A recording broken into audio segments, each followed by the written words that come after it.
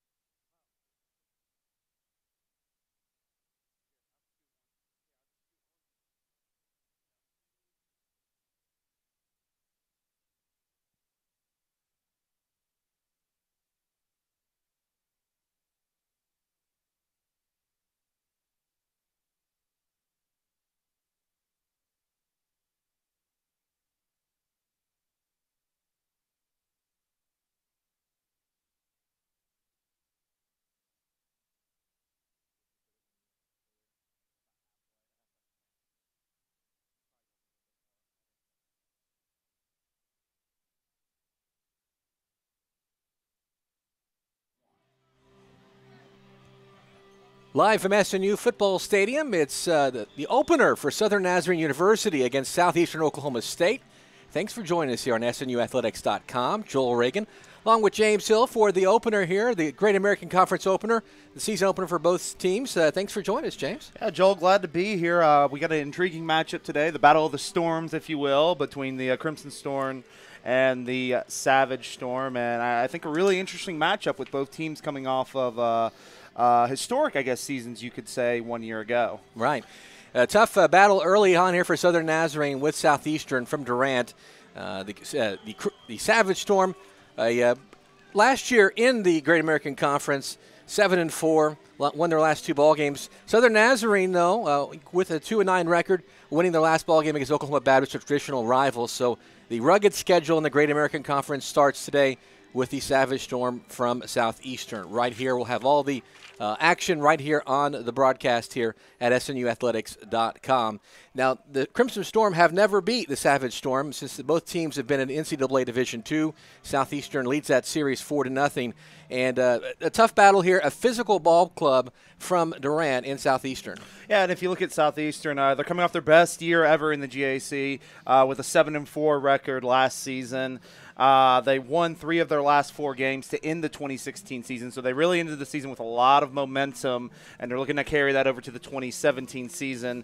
When you look at the Savage Storm, the first thing that pops out in front of you from a year ago was how strong this team was offensively. They were in the top 4 on numerous offensive categories. Number 1 in the conference in red zone offense, which was also number 4 in the NCAA. Number 3 in both total offense and rushing offense, averaging almost 445 yards a game. Their time of possession also was number 4 in the GAC, but number 17 in the NCAA at 32 minutes and 42 seconds. Also, they were number 1 in the conference in, I think, a very important category, which is turnover margin. Number 20 in the NCAA and number 1 in the GAC. So they do it. They're a strong offensive team that really does a great job controlling the ball, but also not turning the ball over. And I think that's where they saw a lot of their success a season ago. It kind of starts with C.B. Cantwell, their senior quarterback. He's going to be tough to stop for Southern Nazarene. Absolutely. So CB is a great player, coming one of the top returners for the Savage Storm. Very high completion percentage, you notice, as well as an efficiency rating. 66% completion percentage, 146.1 in efficiency. Passed for had 2,369 yards and 19 touchdowns. You can do a little bit of everything. He's going to be tough. The Crimson Storm are going to have to come ready trying to stop him today. So the Crimson Storm will try to do that. And they'll counter with Jacob Spady, their quarterback from a year ago as well. And he's going to be the 6'5", 195 junior from Hinton, Oklahoma, going to try and lead the Savage Storm offense, which has some room to grow. They've not really been able to, in the past couple of years, to really to be able to convert when you get inside the red zone. That's been a tough spot for them. Jacob Spady, he comes off a great year. He was the top 10 in the GAC in both rushing and passing yards per game last season. He averaged about 58 yards a game on the ground. He threw for about 114, so he was a little bit of everything.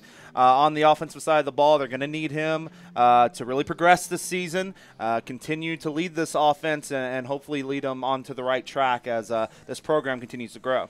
And, of course, with most offenses, the offensive line, very important. And Will House, the left guard for SNU, named D2Football.com preseason All-American. And, having that leadership there, a senior right there at left guard. Now, of course, I'm biased. I was a guard way back in the day, but it's really important to have that leadership right there in the interior line. Well, absolutely. You win your games. It's the battle in the trenches. You win your games on the offensive and defensive line. And for a team, if you look at Southern Nazarene's roster, they're still a pretty young team. Though they have 16 starters returning, they're still a young squad.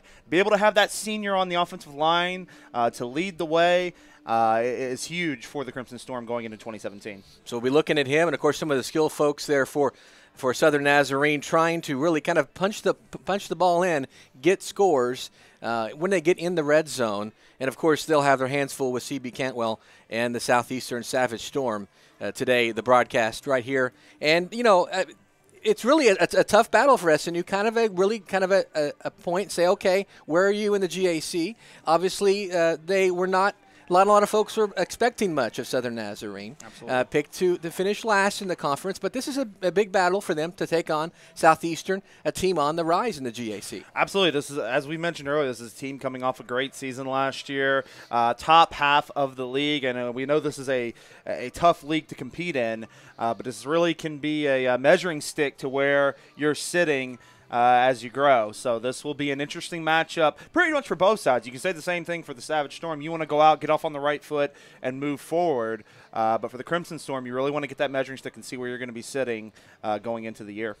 For Andy Lambert, trying to kind of build this program here at Southern Nazarene and try and build on each year, and a tough battle early on here.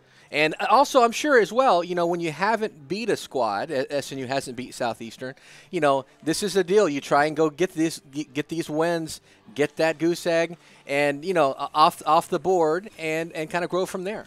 It's interesting, I'm new to the Oklahoma area. I'm new to the GAC. You don't see a lot of games starting the year off with a conference matchup. That doesn't happen very often. Most schools get a couple non-conference games and see who can play, see who can do what. A little bit different than GAC. You're starting the season off right off the bat, conference game. Let's see where you're at, who can play, what can do what.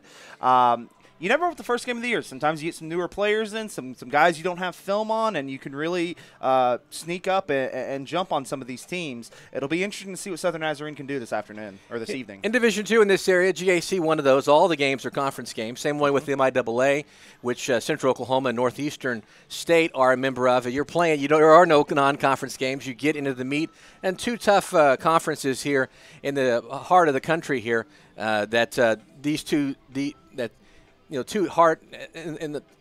Two teams in the two conferences in the heart of the country where every game is a battle, and SNU is a part of that, and they will be starting off right against Southeastern. I mean, obviously, you could say start off with an easier team, but there are not many easier teams in the GAC. Not at all. Yeah, so, whoever you start off with, it's going to be a battle. As we look kind of at some of the starting lineups here for Southern Nazarene, what kind of sticks out at you with some of the skill position players?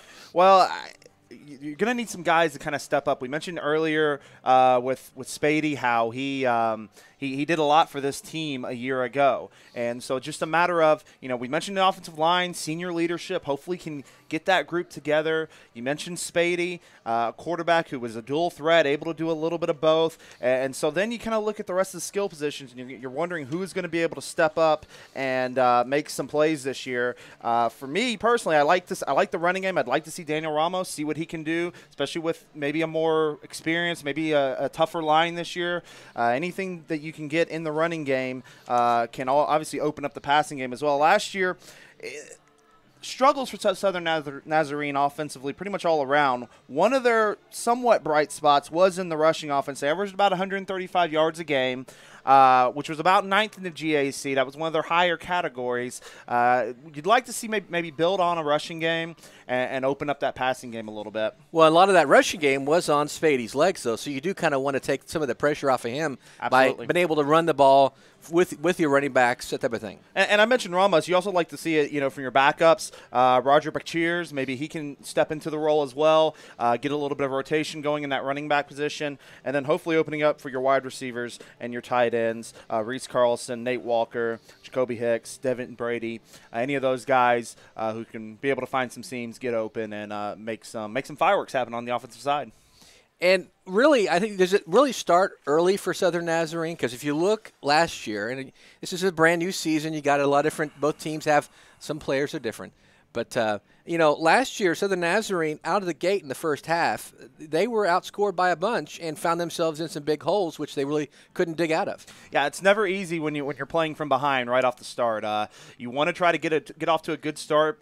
Maybe on your first drive, put together some of your best offensive sets, put those together, put together a strong drive, and get points. Not even necessarily a touchdown, but you get a field goal on the board, get some sort of points on the board to get things rolling. That it makes a huge difference, whereas you could be ending the first half down, trying to come from behind, which is never an easy thing to do, especially against a talented team, in this case, such as Southeastern. Yeah, you're not going to be able to really start playing for points there later on if you put yourself in a hole. So Southern Nazarene really wanting to kind of get off to a good start and stay in the ball game, and then if you put yourself in a position like that, they have a really good chance to get a W if you can stay in the ball game.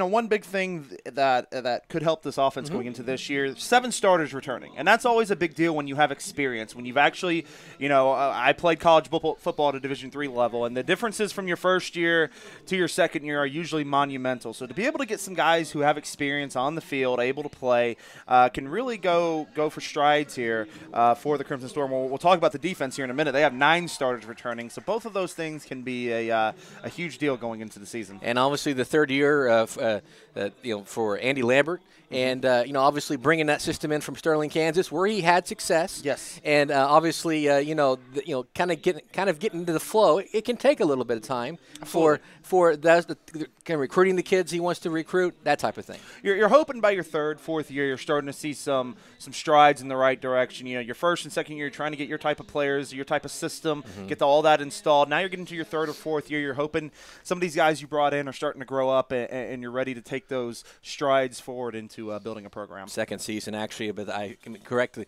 Let's listen in here as the Southern Nazarene Marching Band performs for us here. Getting set for SNU and Southeastern right here at SNUathletics.com. Also on Facebook Live as well.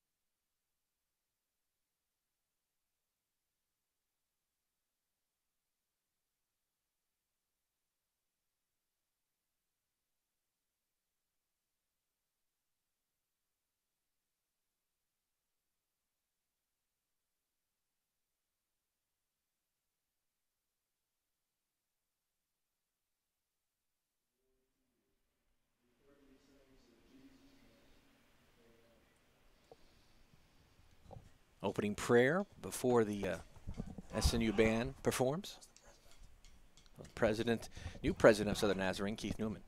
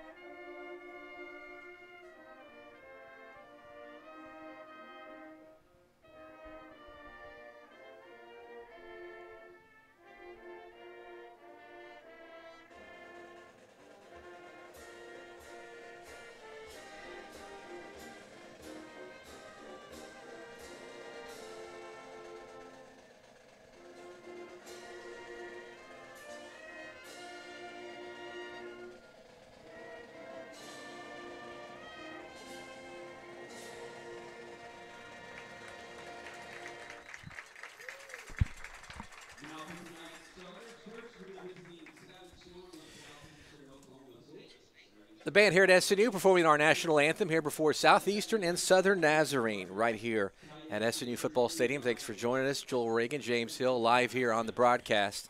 And we've talked about a lot of the aspects. And, you know, for a lot of these players, too, an opportunity to hit somebody else besides their teammates. I'm sure you're always excited to get this first one out of the way. Oh, absolutely. You go through the hard work of training camp for the last 3 weeks, 4 weeks, hitting each other.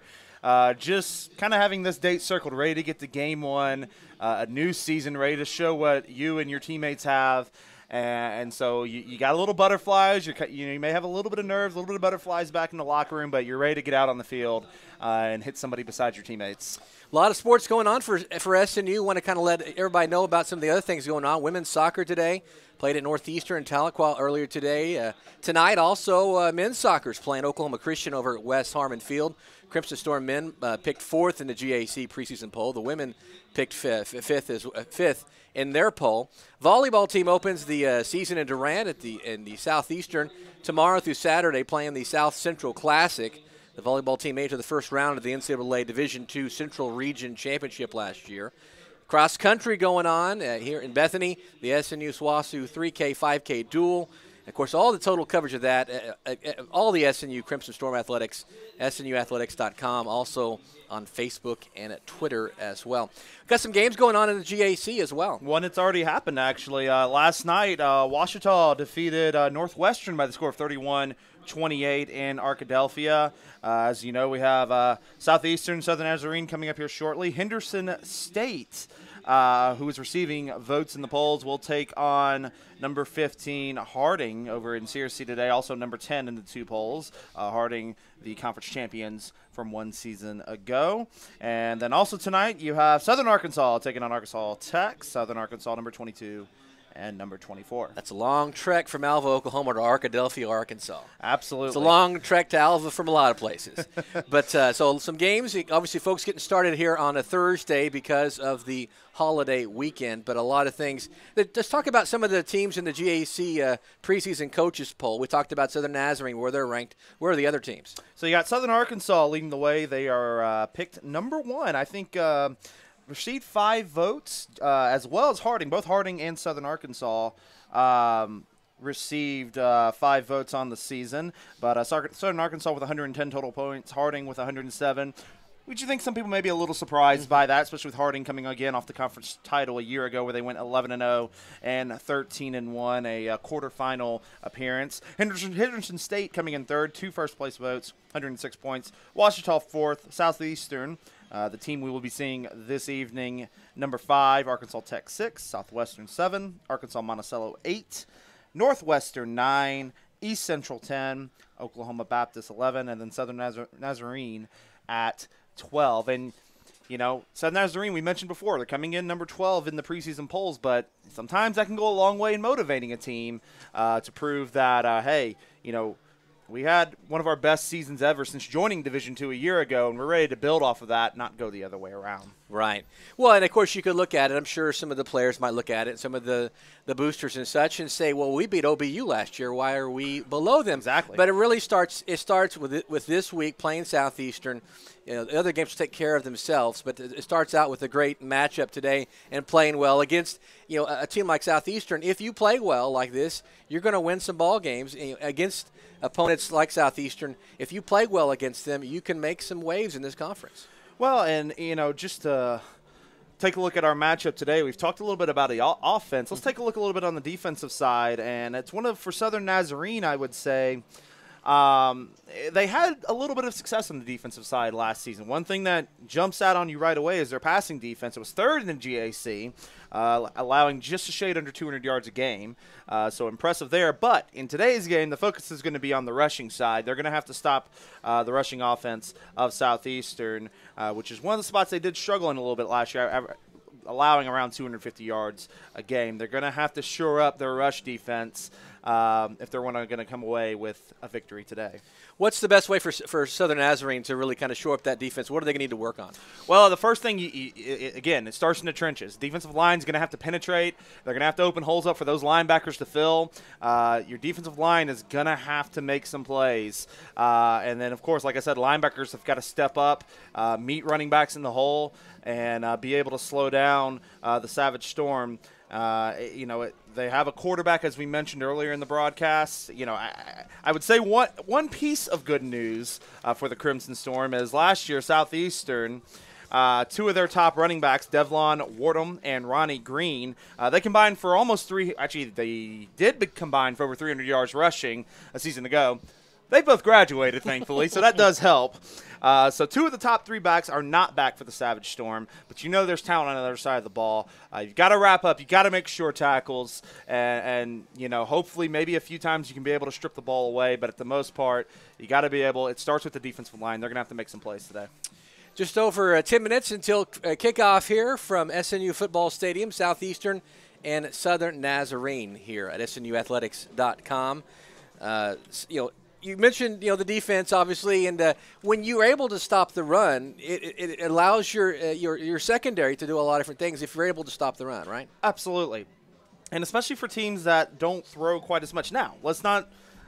Southeastern does have a decent passing offense as well. They were 7th in the GAC, 215 yards a game. It's not their number one thing to do, but they can throw the ball around a little bit.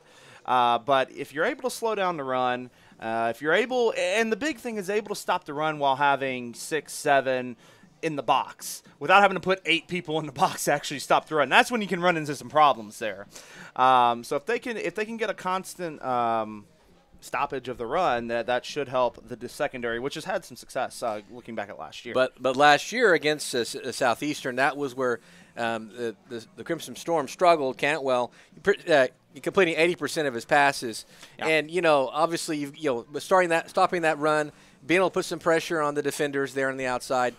You can't have a quarterback completing 80%. Well, and it goes back again to the defensive line. They're going to they make a big difference in the run game. They're also going to make a big difference in the passing game. If you give him a lot of time in the pocket, or even if he's able to scramble away, he's going to burn you. You've got to be able to contain him as much as possible, put some pressure on him, get some hits on him, to be able to disrupt this passing game as well when they decide to go to the passing game at times. Talking about Southeastern's defense, and we talked about Will House being the preseason All-American, but Demarius Lavender, the senior defensive lineman for Southeastern, all GAC, 32 tackles, 3 for loss, a sack, one of the top returners for the defense at Southeastern. And in that game last year, it was turnovers. Turnovers seem to play a role in every game. I don't think that's anything new, but 3 turnovers that Southeastern forced in that ball game, an interception and a couple of fumbles. And so obviously – winning the turnover battle is going to be important for either team, but especially for Southern Nazarene. Absolutely. The Southeastern defense, they were 4th in the conference last year in total defense, but they did allow their share of yards. It almost seemed like if you're looking at the numbers, it almost kind of seemed like a bend but don't break type of defense. 7th in the conference in both rushing and passing defense, 7th in scoring defense as well. So they had their struggles a little bit. You can get to them and have some success against this team. But for that to happen, we mentioned earlier that they were number 1 in the conference in turnover margin. So you can give up some yards, but if you're getting turnovers, that can be a whole big difference in the game. And that's one area that the Crimson Storm did struggle in. They were 10th in the conference in turnover margin. Turnovers are a big way that can swing this game one way or another.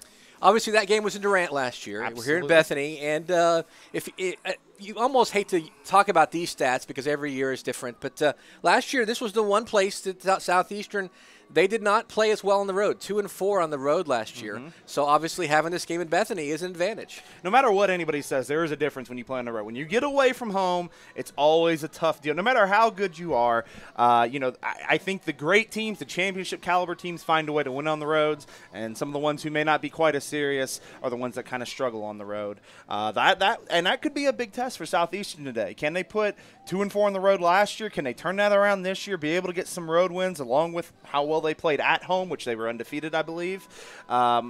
those are going to be the big differences. And I think that's one thing Southeastern is going to want to prove to themselves, that, hey, we can come here on the road and we can take care of business, no problem. Because in the GAC, you're going to have to win some road games, obviously, to compete. Kind of waiting here on the side for the band is lining up for the Crimson Storm to enter the field to get ready to set for play. Just a little over, 6 minutes until opening kickoff here of SNU and Southeastern right here on SNUathletics.com. I tell you, you couldn't ask for a better day here. I mean, clear.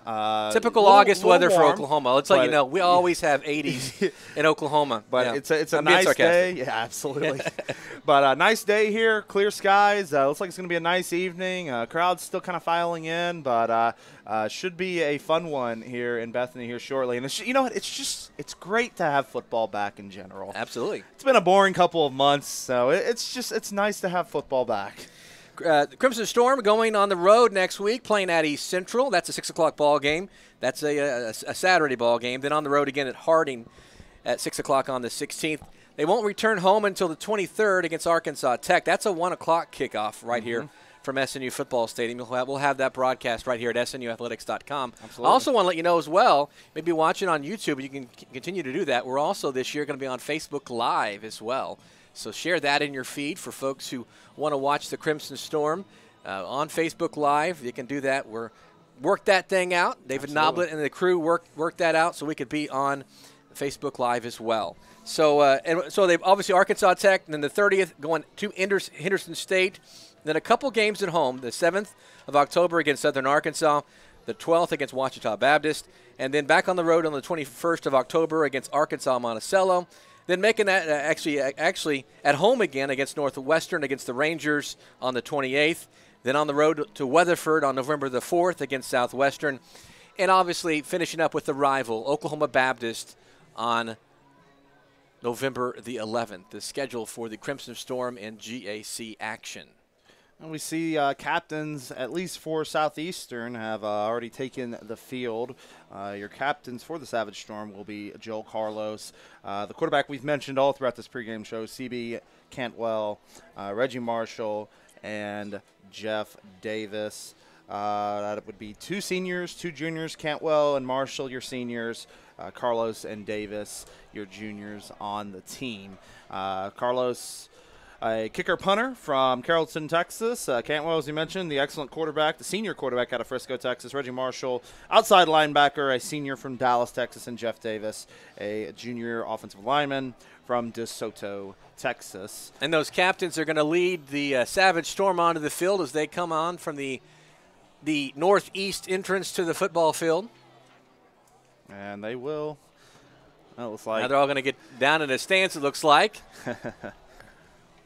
As the Savage Storm of Southeastern gets set to enter Bo Atterbury, a Southeastern grad from 1998, the head coach of the Savage Storm from Southeastern Oklahoma.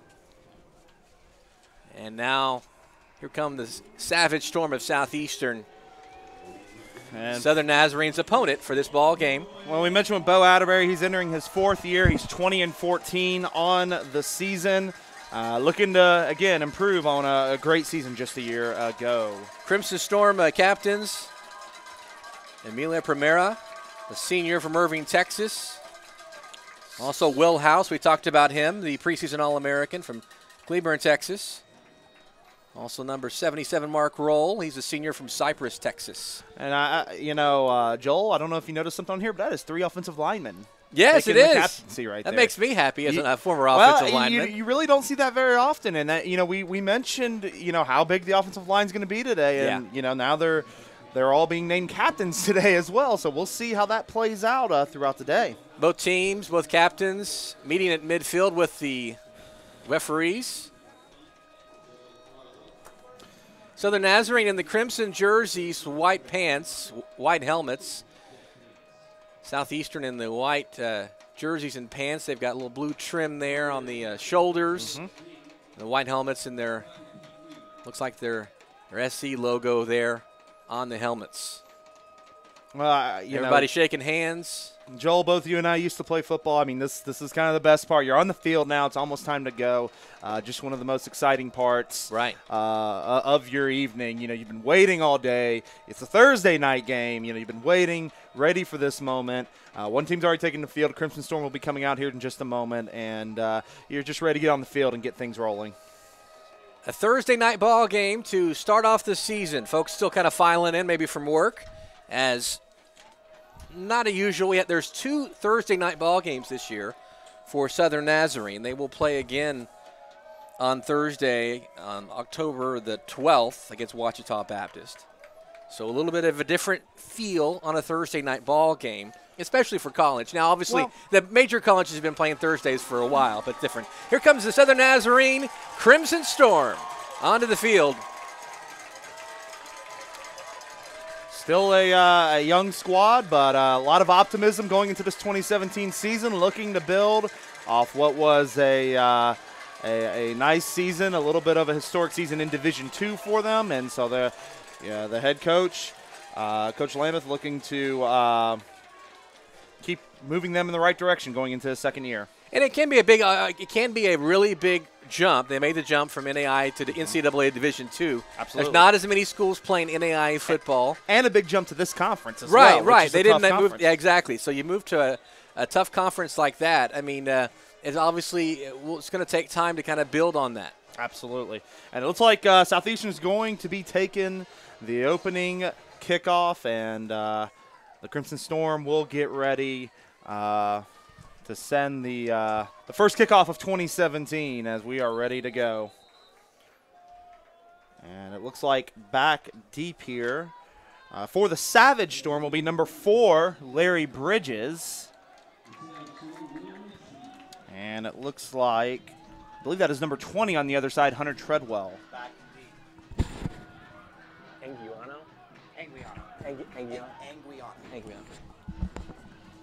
And set. Carlos Anguiano will be the I had to ask someone. We were just double checking. I had to double check to make sure. Carlos is going to be kicking off for and it is the Crimson Storm. Time for football here in Oklahoma. The 2017 Crimson Storm season is ready to kick off. We are underway between Southern Nazarene and Southeastern. Taking the kick deep is Larry Bridges. He brings it up. He's at the 15, heading to the 20, and he'll get tackled right around the 19. And nice tackle there where it will be 1st and 10 as the tackle was made by number 22. Number 22, Daniel Flynn. So it'll be 1st and 10 here for Southeastern. CB Cantwell, the quarterback we mentioned earlier, he will take the snap. And it looks like the Savage Storm are going to start and looks like a pistol formation. One tight end to the left, 2 receivers. 1 receiver to the left, 1 to the right. So Cantwell will actually play action. He's going to look to go deep. First play of the game. It is caught. And it will be Drake White all the way 79 yards, or 81 yards, I should say. Touchdown, Savage Storm. Well, that's a pretty good start right there. For Southeastern. Gets behind the defender, and a ball put right there in his hands. Goes for the touchdown, and that's not exactly how you want to start here for Southern Nazarene. No, absolutely. A great start for Southeastern. Just not the start you want on the other side for the Crimson Storm. And so the early lead thus far, as we will have the extra point coming up from Joel Carlos. And the kick is up, and it is good. So 14:42 remaining in the first quarter. Your score, Southeastern 7, Southern Nazarene 0. We will be right back.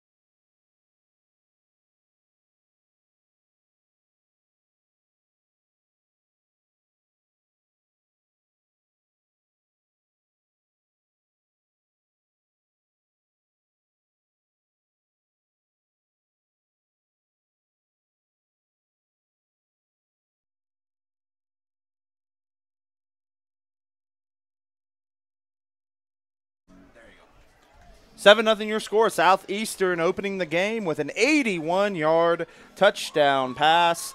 It was Cantwell to Drake White. Man-to-man coverage. They just took advantage of it. And if you're Southern Nazarene here, you just have to kind of brush it off. It's a 7-point lead for Southeastern, but it's a young squad. You can't let this get you down. Josh Davis set to kick off here for the Savage Storm. We got the Savage Storm and the Crimson Storm. A lot of storms going on here. And he kicks one. It's going to be taken at about the 2-yard line. Oh, what a hit. Huge hit. That was got a penalty flag 7. down as well. There is a flag down. Big hit by Jacob Harper. The return man was Nate Walker and was hit right at the, looks like the 13-yard line, and we'll see what the flag is.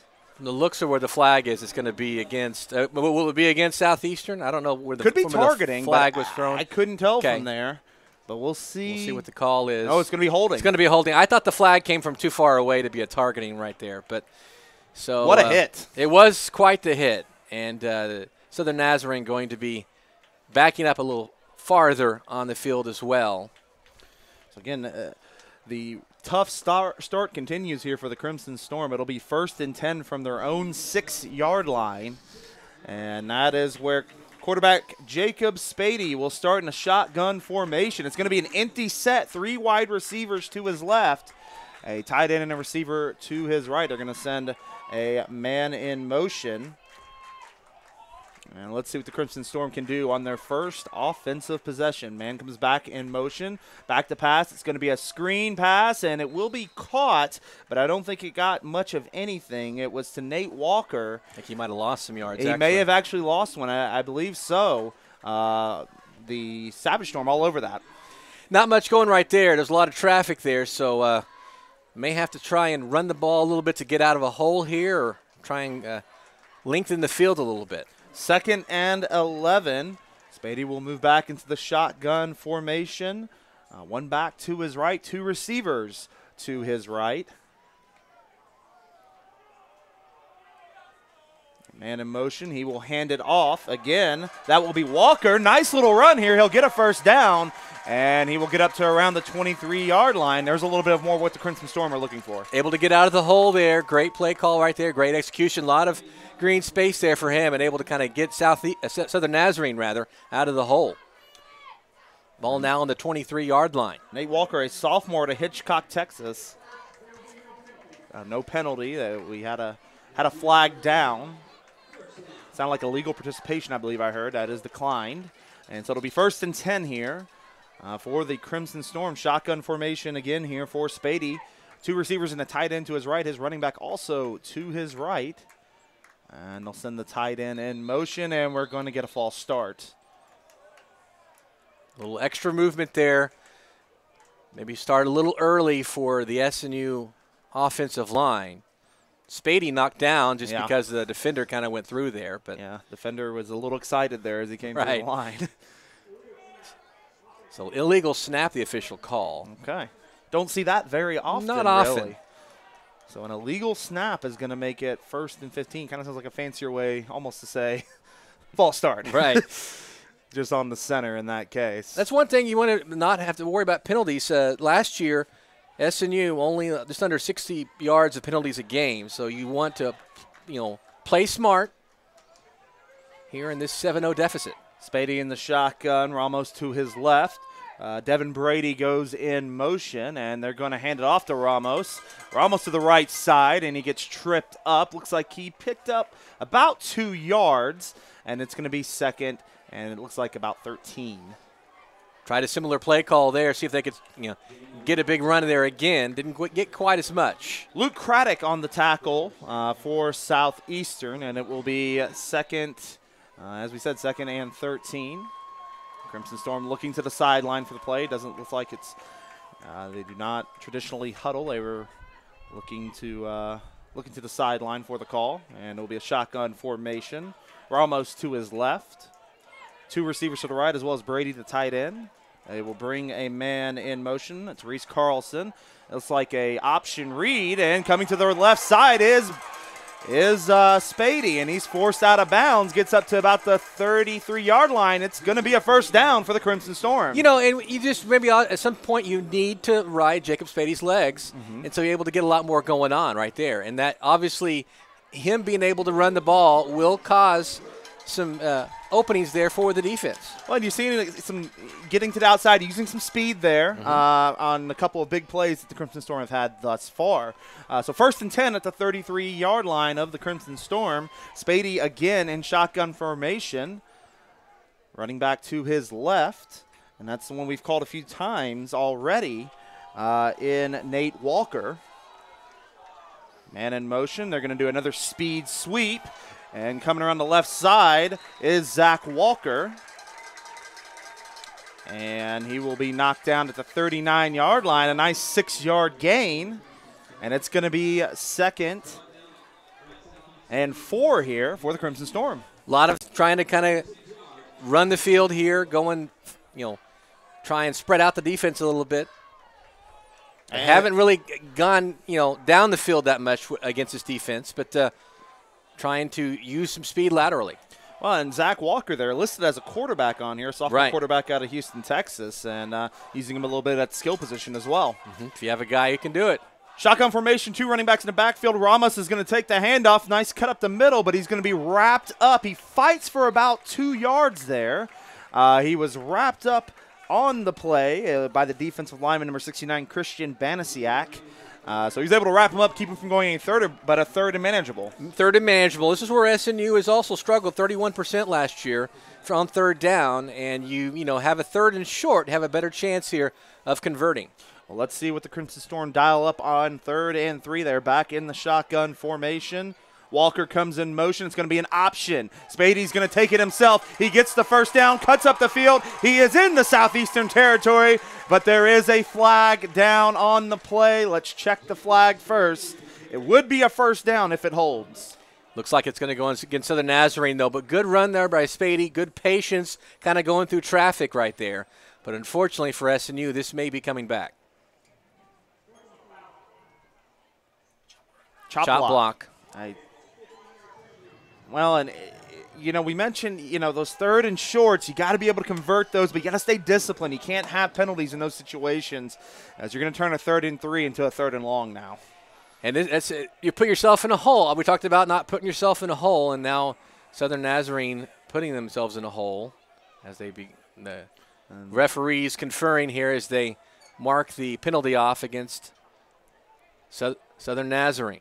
And it is a 15-yarder as well, so the 3rd and 3 is going to turn into 3rd and 18. And we have a whistle on the field. Head linesman's coming over to talk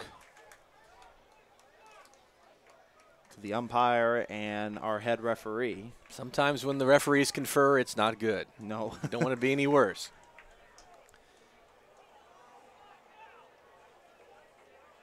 Now they're all going to meet. The only thing I could think of, and I'm just not sure off the top of my head, I don't believe a chop block is a spot foul. I believe it is from the line of scrimmage. Right. But that could be the only thing I could be thinking of that they could be discussing here. So that negates a run that got into Southeastern territory. Now they're going to actually give SNU some more yardage. They may be what a you were spot talking foul. about. Yeah. So now So this will actually benefit SNU a little bit. Absolutely. It'll be 3rd and 11, so it did end up being a spot foul as opposed. And being a 15-yard penalty, you can see they had the first down before the chop block occurred.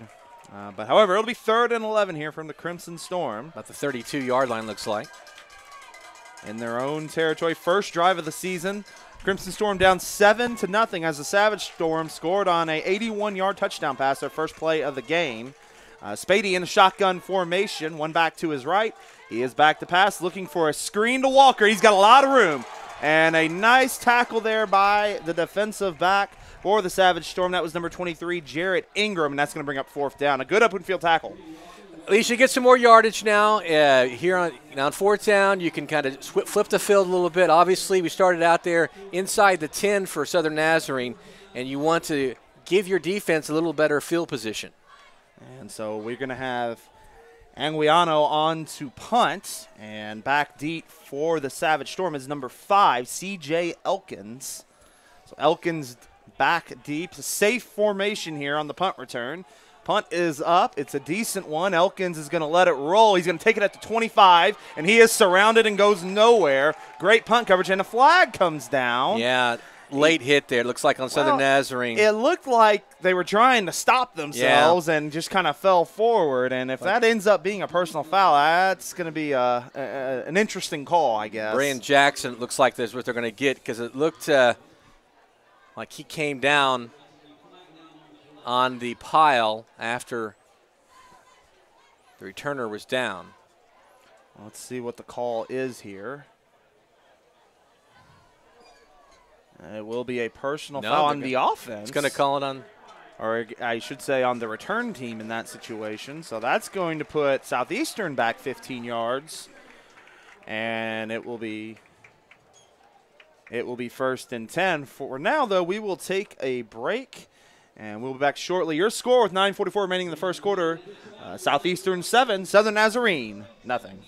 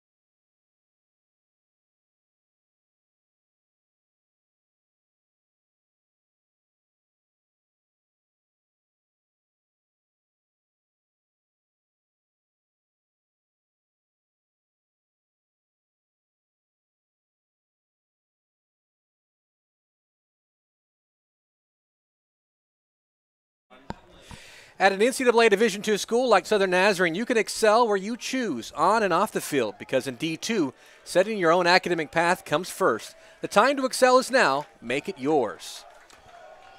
CB Cantwell comes out for his second drive today. It'll be first and 10 for the Savage Storm at their own 13-yard line. They are in the shotgun formation. They will send a man in motion, which is Jalen Sims. He comes back and they're handed off to Kenneth Burks. He goes to the left side, and he gets nothing. Gets wrapped up by a swarm of the Crimson Storm.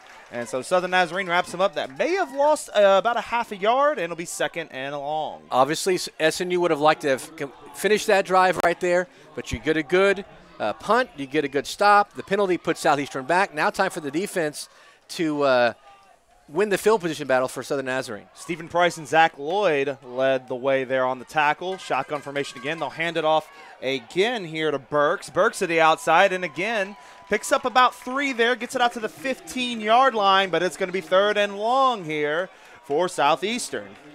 Interesting that some running plays here for Southeastern. Had success on that first play, the 81-yard touchdown pass. We'll see here as we get to third down if they try and go to the air. 3rd and 8 here for Southeastern.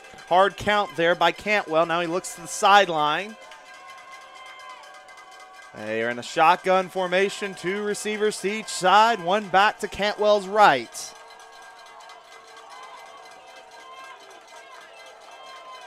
And Cantwell will go back to pass for the second time today. He looks. Now he's going to scramble. And now he'll go back to the other side. Still looking. Throws it, and it is incomplete. Good pressure there by the defensive line. You could see Zach Lloyd in there, as well as number 34, Jake Hansen, was chasing him down, and it's going to be 4th down. Great stop here. You know, 3 and out. That's exactly what you want out of Southern Nazarene's defense, and able to kind of flip the field a little bit. Good field position for the Crimson Storm. Joel Carlos set to punt here, and it looks like it is number 21 for the Crimson Storm, Dorian Harris.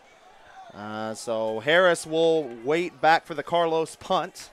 Just inside Southern Nazarene territory, right at the 47-yard line. Well, we talked about flipping the field here, and this could be a big situation. Of course, a nice punt there by Carlos, and it will bounce and will be taken at the 29.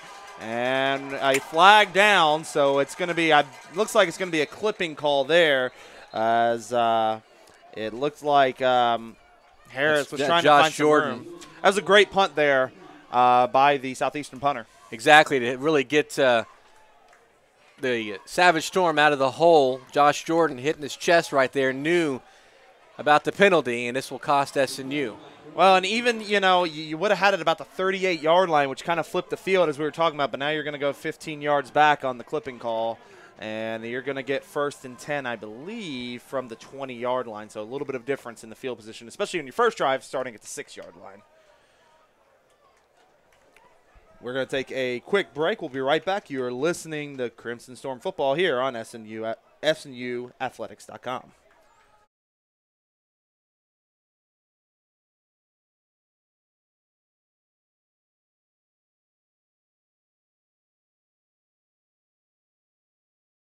Jacob Spady is coming out for his second drive. He will be alone in the backfield, an empty set. 2 wide receivers and a tight end to his right. They will send a man in motion, which is Brady, and they'll be back to pass, and that's going to be incomplete, I believe. Well, I guess it was pass interference. They're going to do pass interference. It's just interesting where the flag came from in that situation, but it looks like it was number 10, Justin Young, got there just a little bit too soon. Yeah, got there a little early, got his hands on the receiver, and SNU hopefully will take advantage of this here. There is 2 flags down, and it's actually illegal formation on the offense.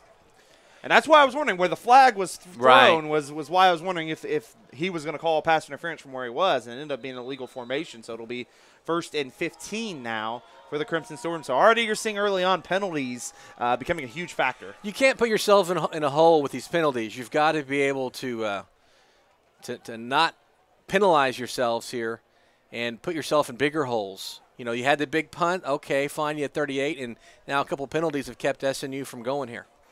Shotgun formation, actually a little bit more of a pistol formation here for Spady with Walker in the backfield. They're going to hand it off to him, and he's going to be hit right at the line of scrimmage. Goes absolutely nowhere, no gain on the play. Not a lot of room inside right now. We've seen a lot of from the outside, so be able to run the ball a little bit with Spady in the backs, but not a lot of room inside so far for the Crimson Storm. And I should note that was Zach Walker. We got 2 Walkers on the field, Nate Walker, number 2, and Zach Walker, number 3. We've already called both of their names a few times this evening. So 2nd and 15. Again, shotgun formation. Walker to the left of Spady. And they'll give it to Zach Walker. Walker with some room.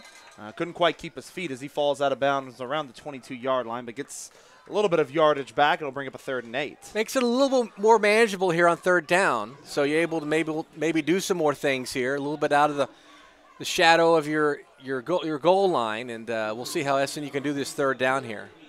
3rd and 8 instead of 2nd and 15. Obviously, it's very early, 6:51 in the first quarter, 7-0 Southeastern, but I already like what I'm seeing so far from the 2 Walkers here, Zach and Nate. And it'll be 3rd and 8. It looks like Nate Walker will be in the backfield here with Spady. 4 wide, 2 to each side. They'll send Zach Walker in motion. Spady back to pass, looking. Now he's going to scramble, and he's going to get wrapped up, picked up maybe a yard on the play, and it's going to be 4th down. Tackle made by Stephen Gordon, and that will bring up 4th down here. The penalties really, or the story of this one, these penalties kind of kept SNU from really going anywhere. But we'll see now the defense had a great stand, a great 3-and-out last possession. We'll see if Crimson Storm defense can answer the call again. Anguiano on to punt. Larry Bridges back deep. He's about at the 38-yard line, and that is a high punt, not very far, though. It's going to land and go in the Southeastern territory and out of bounds. And it's going to be at the 45-yard line, so good field position here for the Savage Storm. And so it'll be 1st and 10 here. CB Cantwell will come back on the field. So first drive, you gave up the long 81-yard touchdown. Right. Second drive, a solid possession for the defense, getting a 3-and-out. Let's see what the Crimson Storm defense can do on drive number 3. I'm curious, too, to see if Cantwell kind of airs it out a little bit here. He's back to pass, quick pass, caught and driven out of bounds. Pass caught by Terrence Taylor, number 80. And it will be a 8-yard gain, so it'll be 2nd and short here. 2nd and 2, excuse me, for the Savage Storm. I think we're going to see a little bit more from Southeastern here in the air here in this drive. We'll see. Cantwell will send man in motion, comes back, and he'll hand it off to Burks. Burks, yeah, he's driven down in the backfield.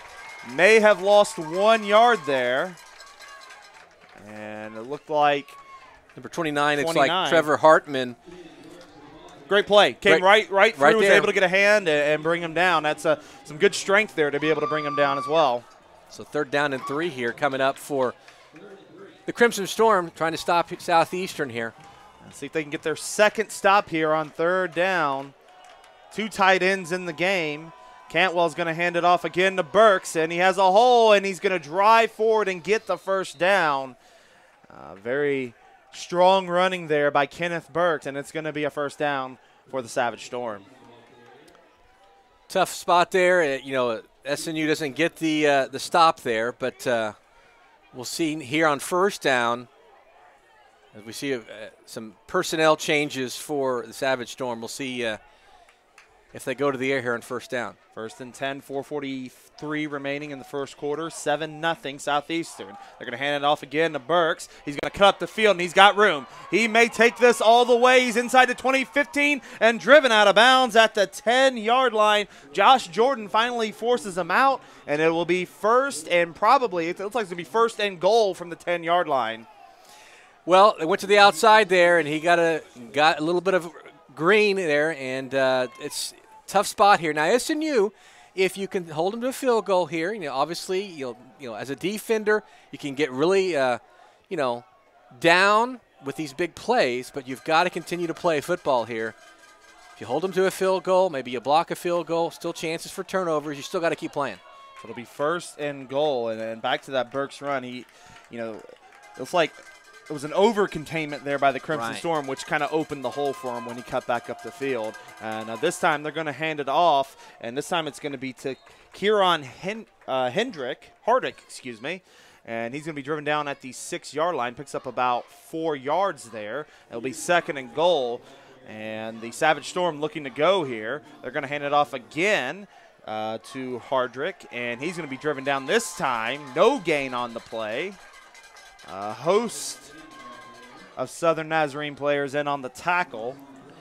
And those plays inside, they can kind of lead to maybe then going outside. You kind of go into the teeth of the defense right there, and that can lead to big plays on the outside. We saw that on the run by Burks. It's like Zach Lloyd and Colton Knox were the 2 that were able to meet the running back in the backfield. So 3rd and goal here. Cantwell back to pass, and it will be caught and driven down at the 1-yard line. It was given to Hardrick there in the flats. A great tackle there by Josh Jordan, and it's going to be 4th and goal. And this could be a big situation. It looks like without hesitation, they're going to go. Southeastern in the shotgun formation. They'll hand it off to Hardrick, and he is in for the touchdown. That was a struggle for him, but he did get in. Thought for a second maybe they had stopped his momentum, but able to keep his feet moving and get in the end zone. 13-0 Southeastern. Extra point still to come. So Joel Carlos looking to make it a 2-score lead here for Southeastern. Or, excuse me, looking to add the extra point to an already 2-score lead. Right.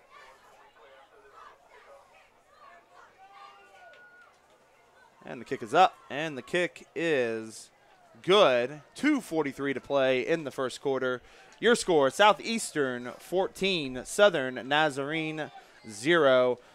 You are listening to Southern Nazarene Football here on SNUathletics.com.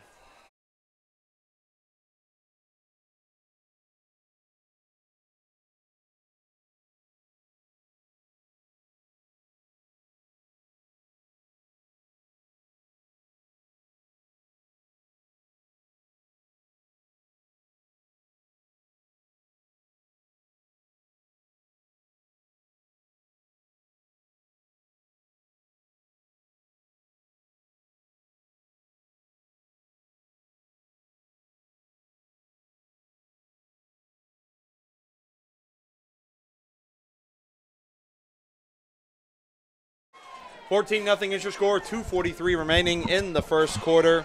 Josh Davis set to kick off here for Southeastern. Back deep for Southern Nazarene is Nate Walker and Dorian Harris to kick us off, and it'll be Harris at about the 11-yard line. He's looking for a seam, and he'll be driven down around the 27-yard line, tackled by Derek Leonard.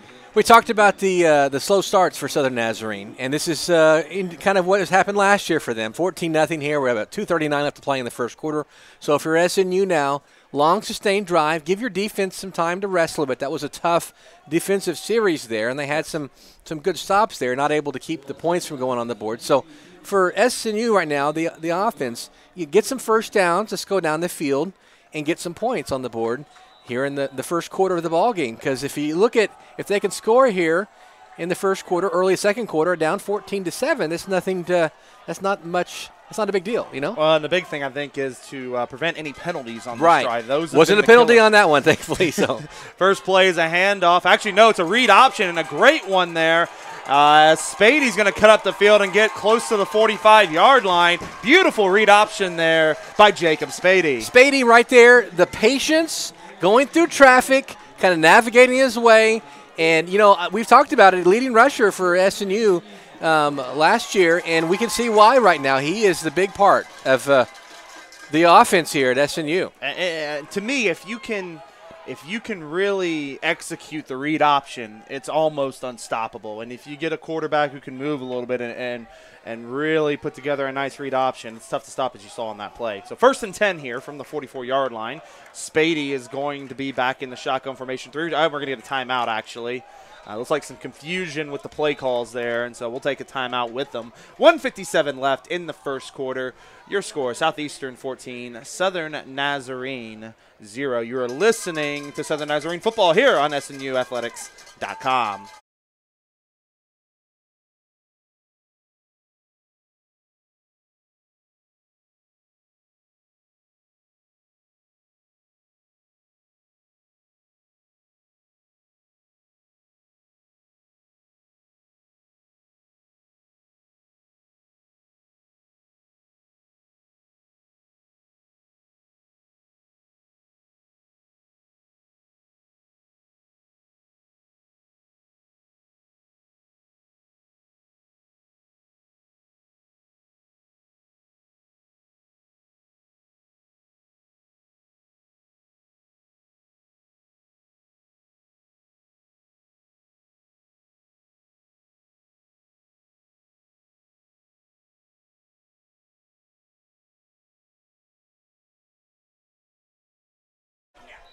Back here at SMU Field, 14-0 the score. Southeastern leading Southern Nazarene. Spady out in the shotgun formation, two backs. It's going to be an option play, and it looks like we're going to get an illegal formation as Harris takes the pitch. And a nice hit there by number 26, Luke Craddock. But I believe for the second time, maybe even the third time, we're going to get an illegal formation. It's early in the season, but you got to be able to line up in the right spot. Absolutely. And, you know, these are penalties that really hurt you, and they're penalties, you know, they're not aggressive penalties. They're just really not penalties. You can't have these kind of penalties. Well, excuse me. It was offsides. Okay, offsides. Well, so they get a defensive offside. We take it all back. And so it'll move up 5 yards. It'll be 1st and 5 now. I guess we got to stop presuming penalties. Exactly. So that's good. It goes against Southeastern and SNU right now, right at midfield, and Crimson Storm here with 1st and 6, looks like. So right at midfield as Spady will look to the sideline for the play call. The running game has been pretty solid so far here for Southern Nazarene. They have broken off a couple nice runs early on. As a man will come in motion. Looks like it's going to be a swing screen to the left side, and it's dropped, and they're going to call it an incompletion. That was very close to being a lateral, but it is called incomplete as the intended receiver was number 15, Reese Carlson. So 2nd and 5, so that penalty still helps because you got 2nd and 5 now. Right. Manageable 2nd down. Either, you know, make it 3rd and short or get the 1st down right here. So 2nd and 5 as Spady again will look to the sideline. I personally would love to see a little more read option here with Spady. I think you've seen a lot of success so far on the read option. Daniel Ramos is his running back to his right. Spady's going to call for motion here from Nate Walker. They'll hand it to Nate Walker. He cuts outside. He's going to get towards the sideline, and he's forced out of bounds. I think he lost the yard there. Jacob Harper forced him out. So I believe it's going to be 3rd and 6. Not a lot running north and south. He was running a lot east to west, literally east to west. And he ended up losing 2 yards, actually. So it's going to be 3rd and 7. Actually, it will be 3rd and 6 here for the Crimson Storm. I like what you're saying right there. Maybe it was Spady the read option. It's worked well for you. You need to convert this, and you don't need to go backwards either way. Absolutely. You need to, if you're not going to convert the 3rd down, you need to put your team in a situation to flip the field. Absolutely. This is a situation Southern Nazarene can take advantage of. It's going to be an option play. Spady is going to cut inside, and he does not get much. Maybe got a yard there. Yeah. Good job by Southeastern playing that option, and it's going to be 4th down. Also on the tackle, Carl Thomas for Southeastern. They played it perfectly. They had the pitch man covered. They were able to contain Spady on his run, and can't play the option any better. Looking for a little bit better punt here. Obviously, you're at a good spot here. Going to be punting. Anguano's going to punt it. It'll be C.J. Elkins back deep on the punt return. And you just want to try to place that inside of the 20 and give your team – try to flip this field, and that one is going to be high, heading inside the 20. No fair catch called. It's going to be taken at about the 11-yard line by Elkins. Elkins cuts forward, makes another cut, and he's going to be wrapped up right at the 20-yard line. Looks like the first one to get to him was number 9, Derek Carmucci. Carmuch, excuse me, and it'll be 1st and 10. Carmuch from Houston, Texas, and, of course, our thoughts with everybody in Houston, and I'm sure that he has a heavy heart with everything going down there with Hurricane Harvey. That's the end of the first quarter. Your score 14-0 Southeastern. You are watching Southern Nazarene football here on SNUathletics.com.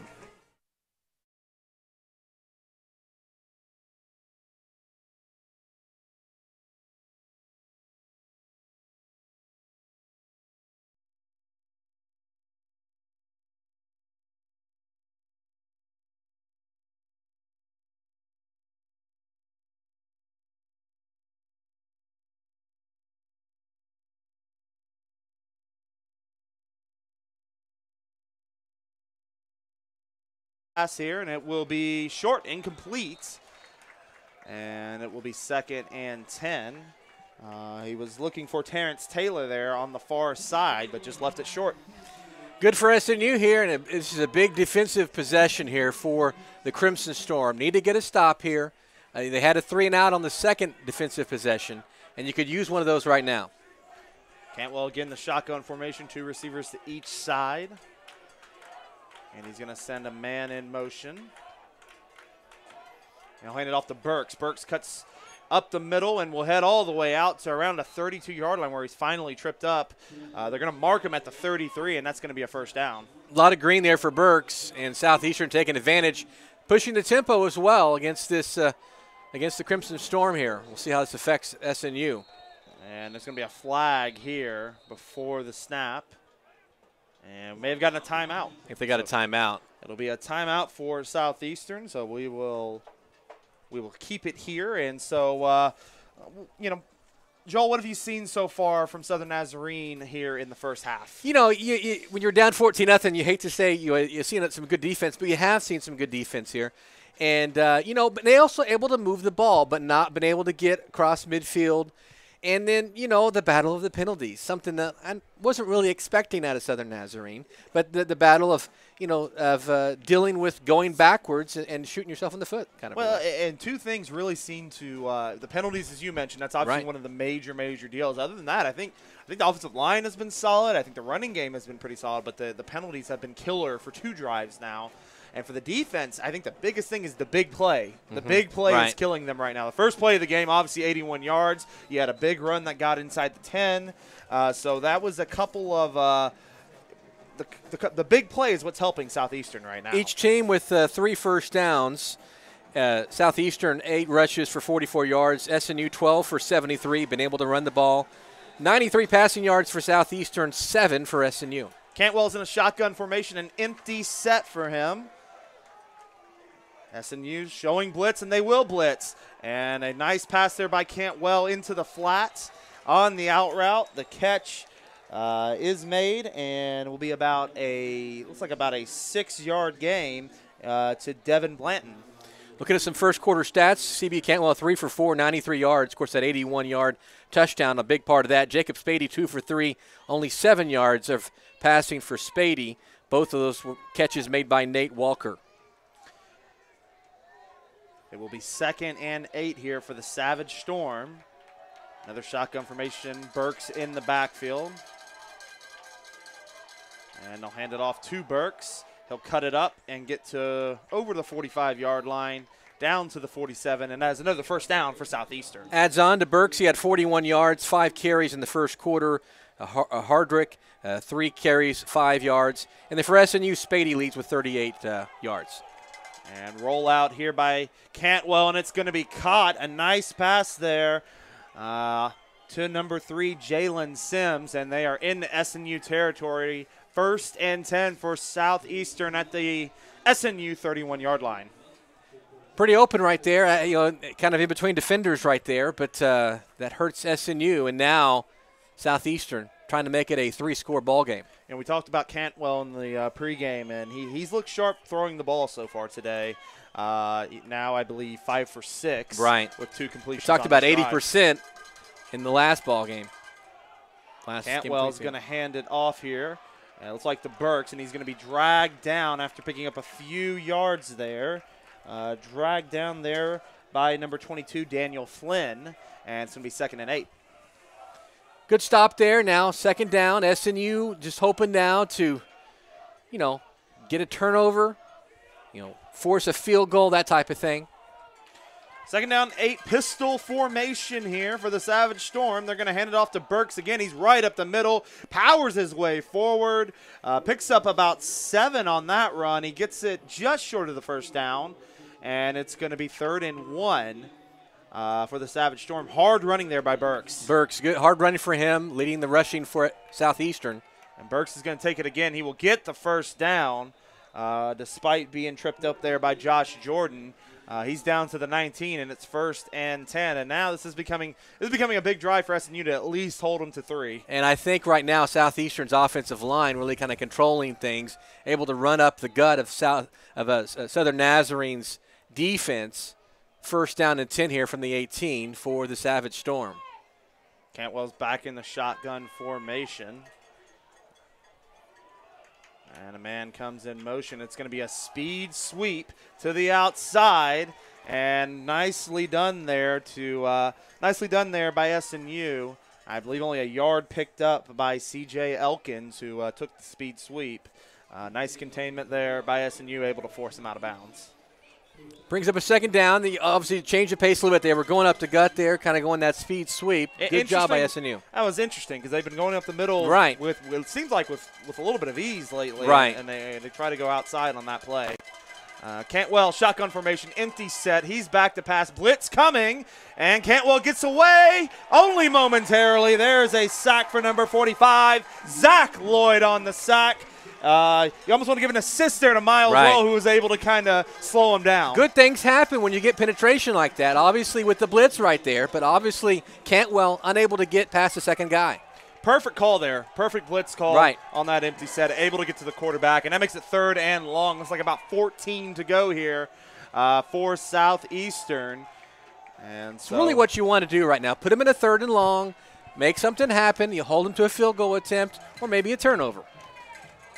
Cantwell sends a man in motion. He is back to pass, looking down the middle, and caught.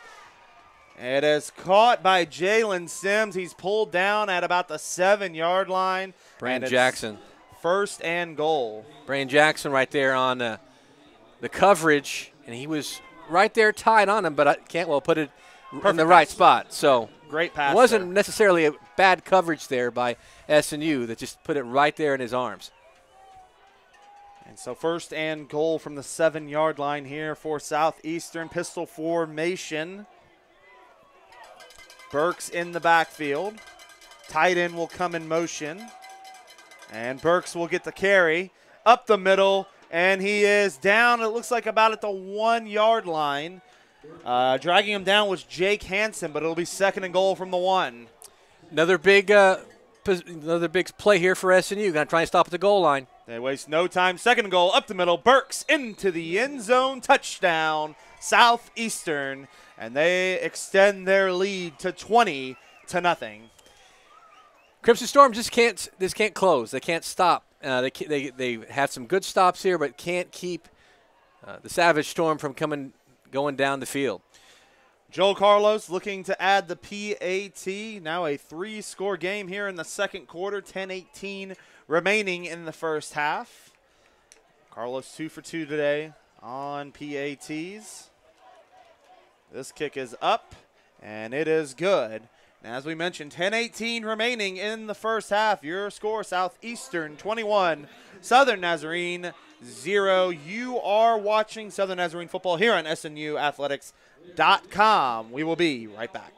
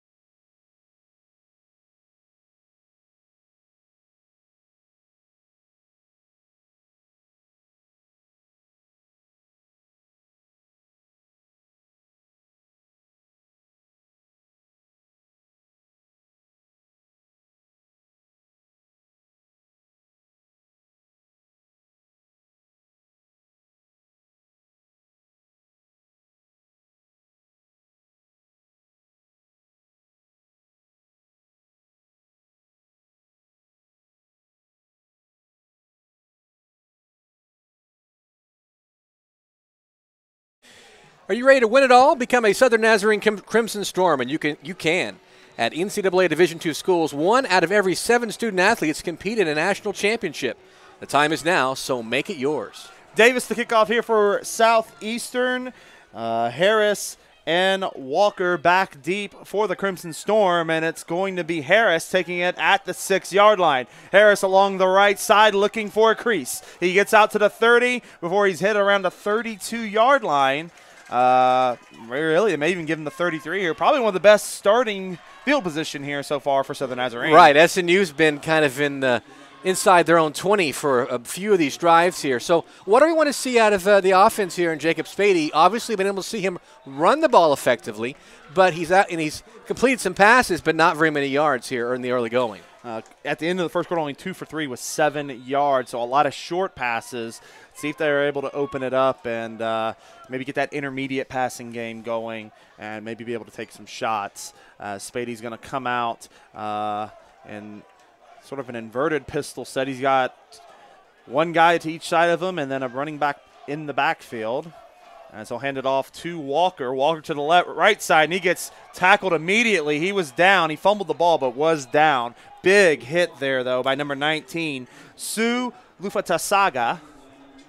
Sure. So it'll be 2nd and 15. Huge hit, though. He came right off the line and was able to get in the backfield. Didn't fool anybody right there. And so, we've talked about it, but right now the 50 has been kind of the line they haven't been able to cross. And so SNU needs to get, here on 2nd down and long, get some yardage here and get kind of a sustained drive going. And so it'll be shotgun formation here for Spady. One back to his left. Motion, and they fake the speed sweep. Hand it off to Walker. Creative little play here. Walker's going to get a first down and gets out around the 45-yard line. So faking the speed sweep, handing it off to Walker, and he uses his speed to gain about 17 yards and get the first down. Nice speed there from Walker, and on the outside. Big play for SNU. First down right here at just right around the 45, right? So big play. Talking to the referee, I was almost wondering if there was a flag down, but everything seems to be good. So it'll be 1st and 10 from the SNU 45 as Spady will look to the sideline. Good to see some rushing from somebody besides Spady as well. Yeah, Walker doing a nice job. He's actually, with that last run, he's got about 35 yards on 4 carries. They're going to give it to Zach Walker here. He gets to the outside. He's over midfield and out of bounds. And they are into Southeastern territory, a 9-yard gain, and here we go. They've broken the force field, shall we say. And great run right there at the outside. SNU found something that's working right here, trying to sustain the drive. You know, just to put on my fake play calling hat here, I would love to see, it's 2nd and 1. You need 1 yard for the first down. I'd love to see on this maybe a play action and just try something to catch Southeastern off guard here. If you don't get it, you obviously be safe, but if you don't get it, you got 3rd and 1 and hopefully can pick up the 1 yard you need. Yeah, on 2nd down, yeah, that's exactly right, because you can still have maybe a 3rd and short if you do a play action. See what the play call is, and before we get the play call, we're going to get a timeout. That is the 2nd timeout of the day for SNU. 8:34 remaining. Southeastern 21, SNU 0. And we're going to take a quick break. You are watching SNU football here on SNUathletics.com.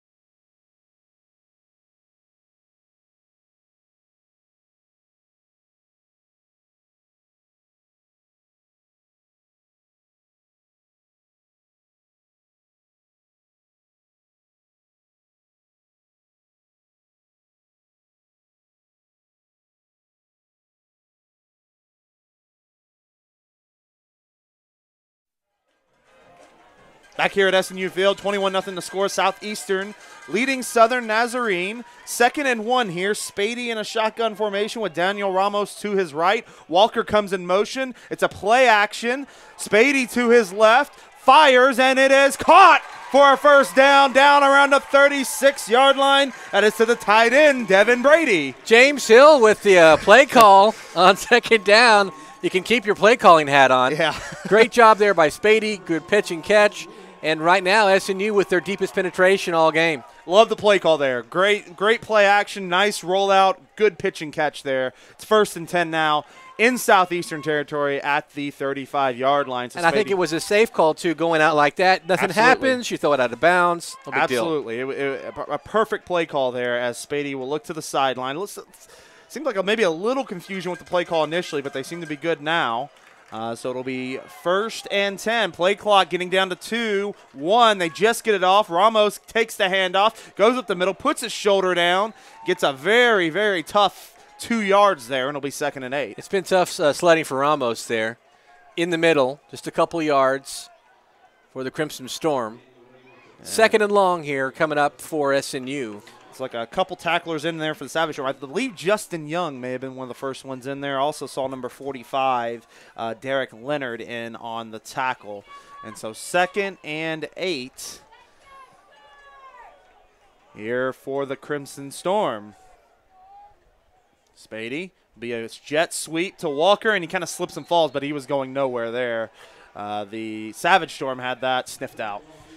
3rd and long now for SNU, so it's not where you want to be. In fact, I think it was about 3rd and it's like 11. 11, so 3rd and you obviously want to make it manageable, even a manageable 4th down, get some more yardage here if you're going to try anything on 4th down or a field goal. Actually, I'll probably out of field goal range at this point. But so 3rd and 11.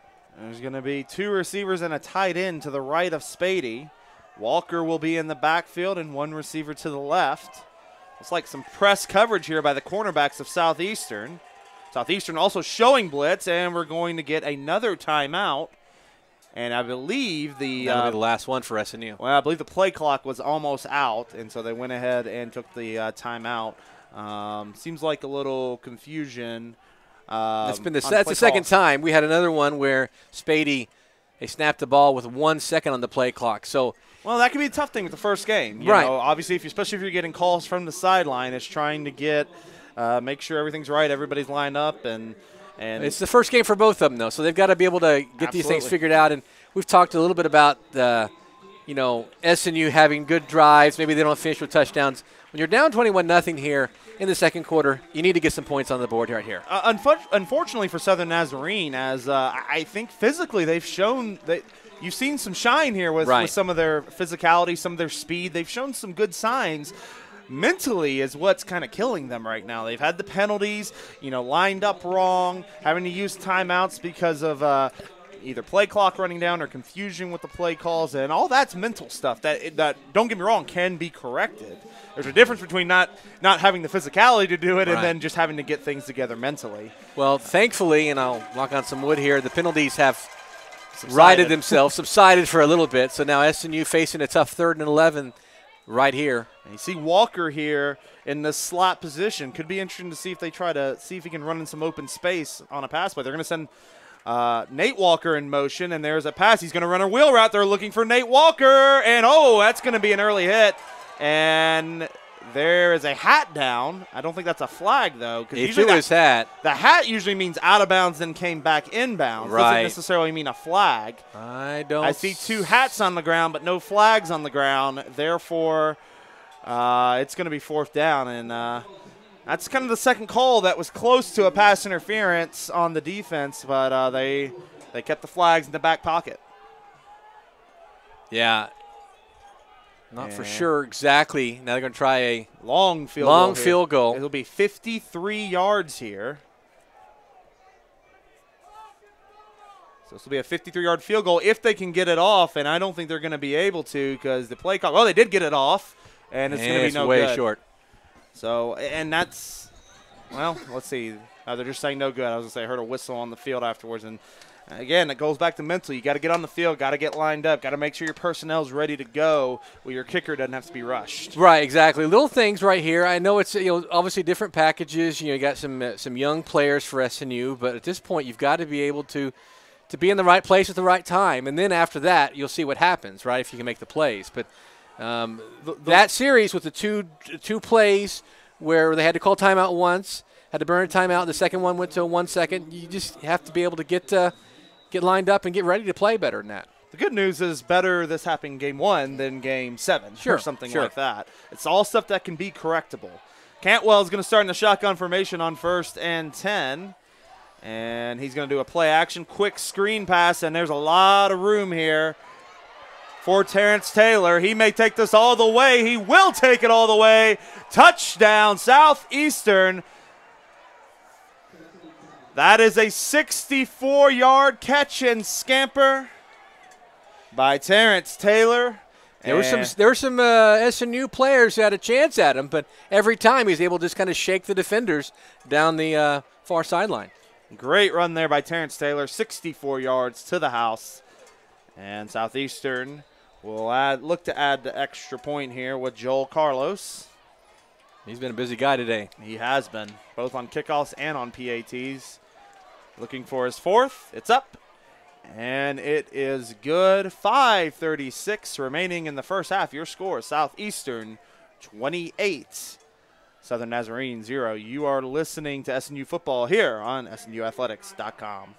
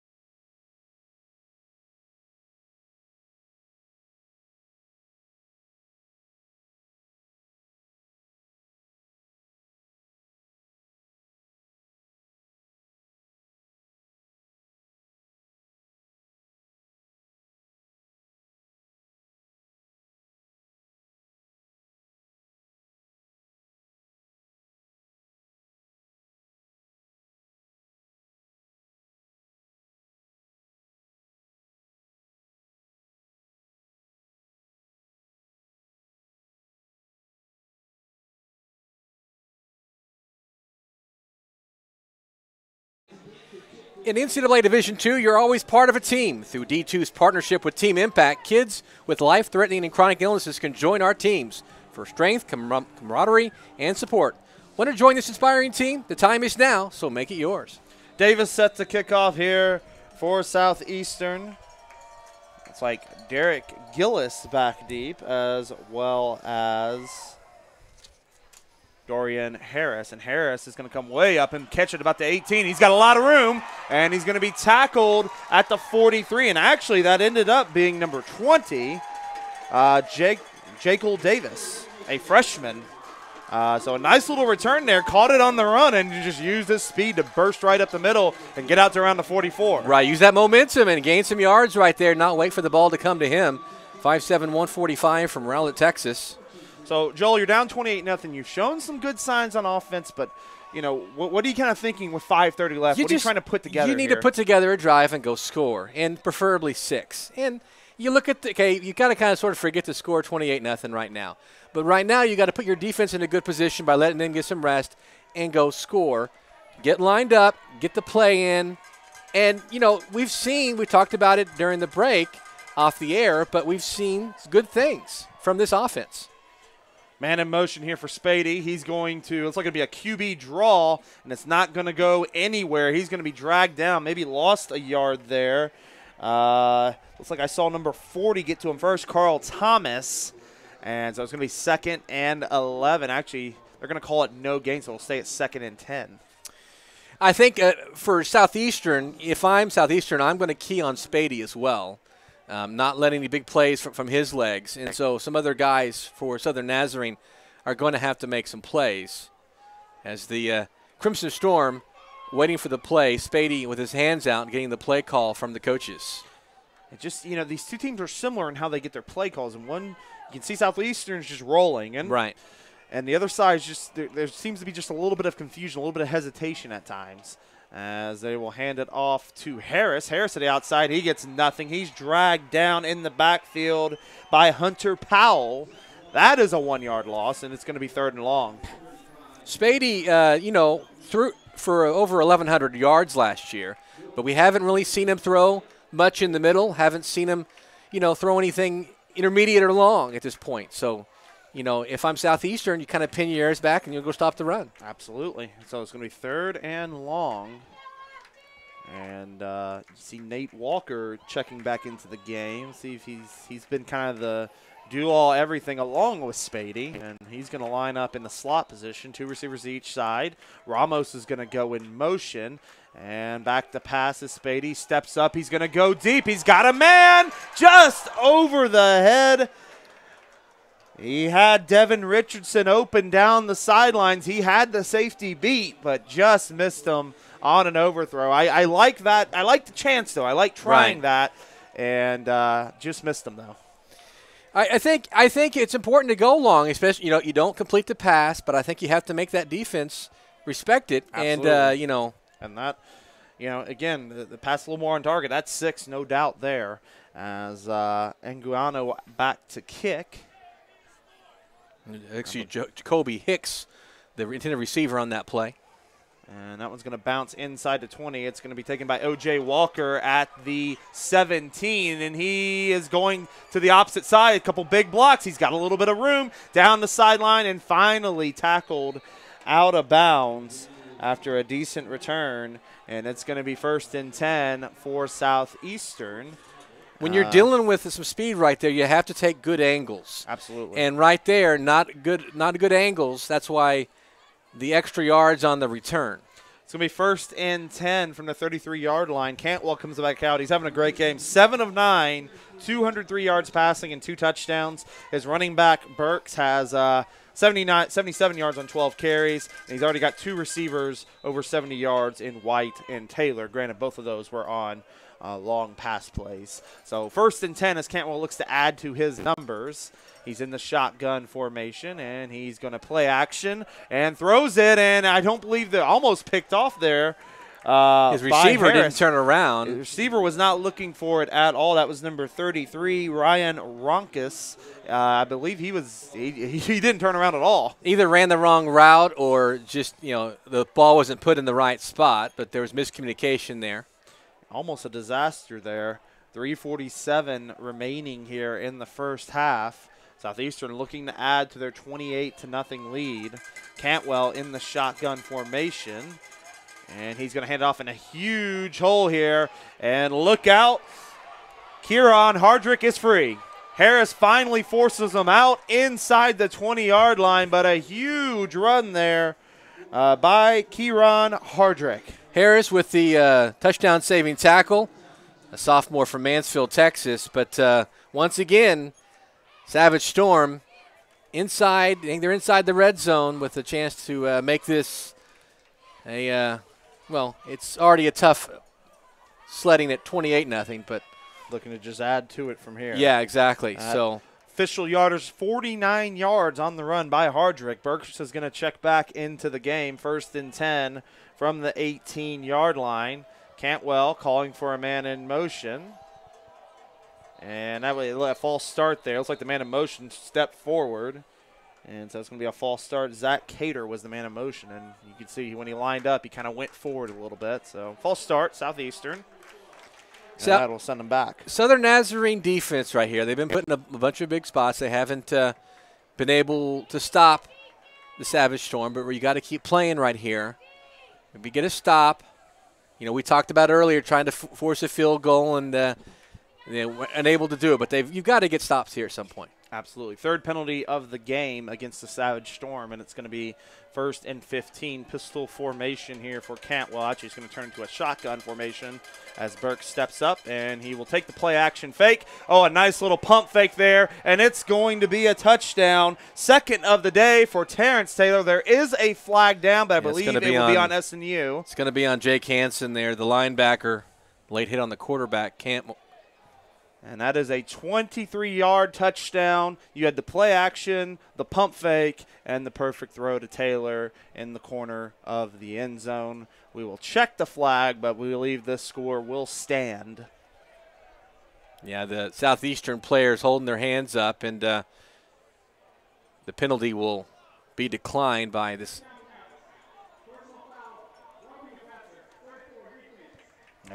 So will be roughing the passer. They get Hansen for the roughing the passer. 34-0, and Carlos back on, looking to add to his PAT totals today. And look to increase the score to 35-0. And unfortunately for Southern Nazarene, this game has just kind of gotten away from them here in the second quarter as that kick is up. And it is good. 2:46 remaining in the first half. Your score, Southeastern 35, Southern Nazarene 0. You are listening to SNU Football here on SNUathletics.com.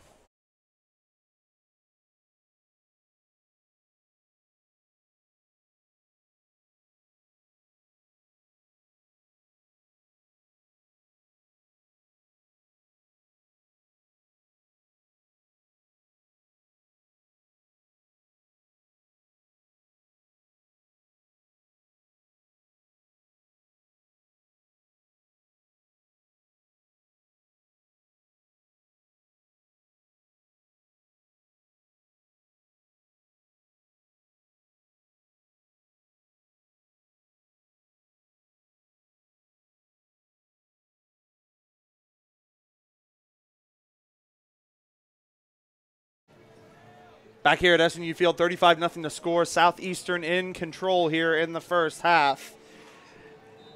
Josh Davis, the kick from the 50-yard line. They marked that penalty off on the kickoff, the roughing the passer penalty on the touchdown pass from Stevie Cantwell to Terrence Taylor.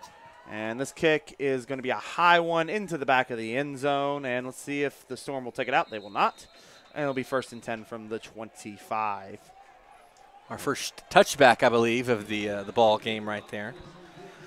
Joel, I think in this situation when you're down 35-0 and things really haven't gone right for you, especially in this quarter, I think this is the part where you can really try and find some leadership on your team. Find the guys that are really going to try to lift the team and try to, find some positives here for the rest of this game, because there's still a second half to play. Absolutely. And I think it's game one, but this is the time now where you can find who can be your leaders throughout the season, who are the guys who are going to step up. I'm sure Coach Lambert and his coaching staff looking right now for people to keep playing hard, doing the basics correctly, and trying to move the ball a little bit here on offense. And we've talked about closing. They need to go and get some points at the end of a long possession. Already a flag on the play. The play has not started, but there's a flag down. Illegal substitution is going to be the call on Southeastern, so that's going to be a 5-yard penalty. And it'll be 1st and 5 now. So, hey, every little thing counts here. Right, exactly. You'll take every 5 yards. Every little bit counts. And, the last few drives, though, we've seen some decent drives. We've seen, getting around midfield, getting some positive plays. So let's see if Southern Nazarene can keep trying to build on that here. As man will come in motion, play action, and Spady looking. He gets away. He's going to try to run. He's got about 2 or 3 yards before he's forced out of bounds by Jarrett Ingram. So about a 2-yard gain, and it's going to be 2nd and 3. Nice pocket awareness there by Spady. Nice pocket awareness. I like the way he moves in traffic, and that's really what helps him. It makes him successful, his way of getting around defenders and keeping his eyes downfield as well. 2nd and 3 now. We are under 2.5 minutes here in the first half. Spady's going to come out in shotgun formation. Ramos to his right. 2 receivers also to his right. Man will come in motion. And it will be a read option here. And Spady's going to pick up a 1st down and get across the 40-yard line. And it'll be called down at the 41. So that is a 1st down for the Crimson Storm. Nice run there by Spady. SNU trying to make something here, getting close to midfield. I think a score before half could go a long way here for the Crimson Storm. They do get the ball to start the second half. Absolutely. I think you just need to see some success here. They haven't been able to see the ultimate goal, scoring a touchdown. So even, still being down 35-7 would still have, you still have a good taste in your mouth. They do need to hurry. No timeouts remaining, so they do need to go. Another read option here for Spady, and he moves forward, picks up about 6, and it's going to be 2nd and 4. We're down to 1:40. Clock is running. So Crimson Storm maybe need to show a little bit of yeah, they're not moving here. they're not moving very fast here. They're not getting their positions very well. You need to be in a 1-2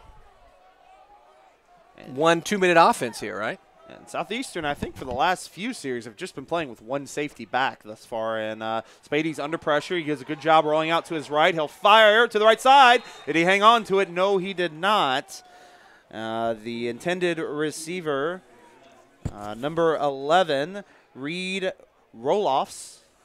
And he just couldn't quite pull it in on the sideline. The incompletion does stop the clock. And now SNU will make some personnel changes. Coming in number 30, Ramos, for number 16, Gage Porter. 3rd and 4. Actually, rather, coming in for Hills. Play clock down to 5. Spady in the shotgun. 3, 2, 1. Gotta hurry. They maybe no, they did get not it off get in it time. Off. And those are tough, and I don't know who you blame it on, but coming off of an incomplete pass, stoppage in play, that's just you can't be successful when you have those type of penalties. Some mistakes. As I've said, that's where it seems a lot of the mistakes have come from today. Not so much on the physical side, but more on the mental side. A lot of mistakes and penalties and lining up and delay of games, and now you have a 3rd and long, 3rd and 9 here. 3rd and 9 now, and a much tougher situation here for the Crimson Storm. So 3rd and 9, as Spady sends a man in motion. He's back to pass. Looks like it's going to be another penalty here coming up on the Crimson Storm. Ball is dropped, though, as he's looking for Reese Carlson. Carlson just couldn't hang on to it. And it's going to be 4th down, I believe. We'll see what the penalty call is first. Looks like it might be on Southeastern. Yeah, Southeastern offside. And so what was 3rd and 4 became 3rd and 9. Is back to 3rd and 4. And not much time off the clock. I think it was 109, 108 when this started here. Now 103. Still have to go half the length of the football field to get in the end zone here, but haven't wasted a lot of time in this little series here. Spady will get in the shotgun formation, 2 receivers to both sides. And he's going to look for a quick pass, and it's going to be dropped. Just could not hang on to it. Intended for number 85, Jacoby Hicks. And just went right off his hands, and it's going to be punting time for the Crimson Storm. Hicks, a 6'3", 188 junior from Tulsa. And, you know, right at this point, you just want to keep it at 35-0. Yep. So punt team out. Busy day here for Carlos Anguiano. He's going to send it, and waiting on it will be O.J. Walker for Southeastern. A safe punt here. High, nice punt here as Walker's going to get under it and take it at the 8-yard line. He's looking for room. He cuts it up the field, and he has a lot of room. And he has the punter to beat, and he will beat him. This is going to be a 92-yard punt return for 6. And Southeastern gets on the board again with 40 seconds remaining in the first half. Great return there by Walker. Great return by Walker, and just guys not in the right, they're not in their lanes. And, you know, once he found the crease. He found the crease, and then easily been able to beat the punter, and it's now going to be 42-0 Southeastern after the extra point. Joel Carlos is on for the extra point.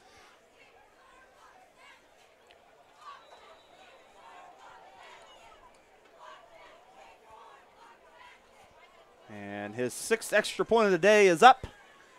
And it is true. 40 seconds remaining in the first half. Your score, Southeastern 42, Southern Nazarene 0. You are watching SNU football here on SNUathletics.com.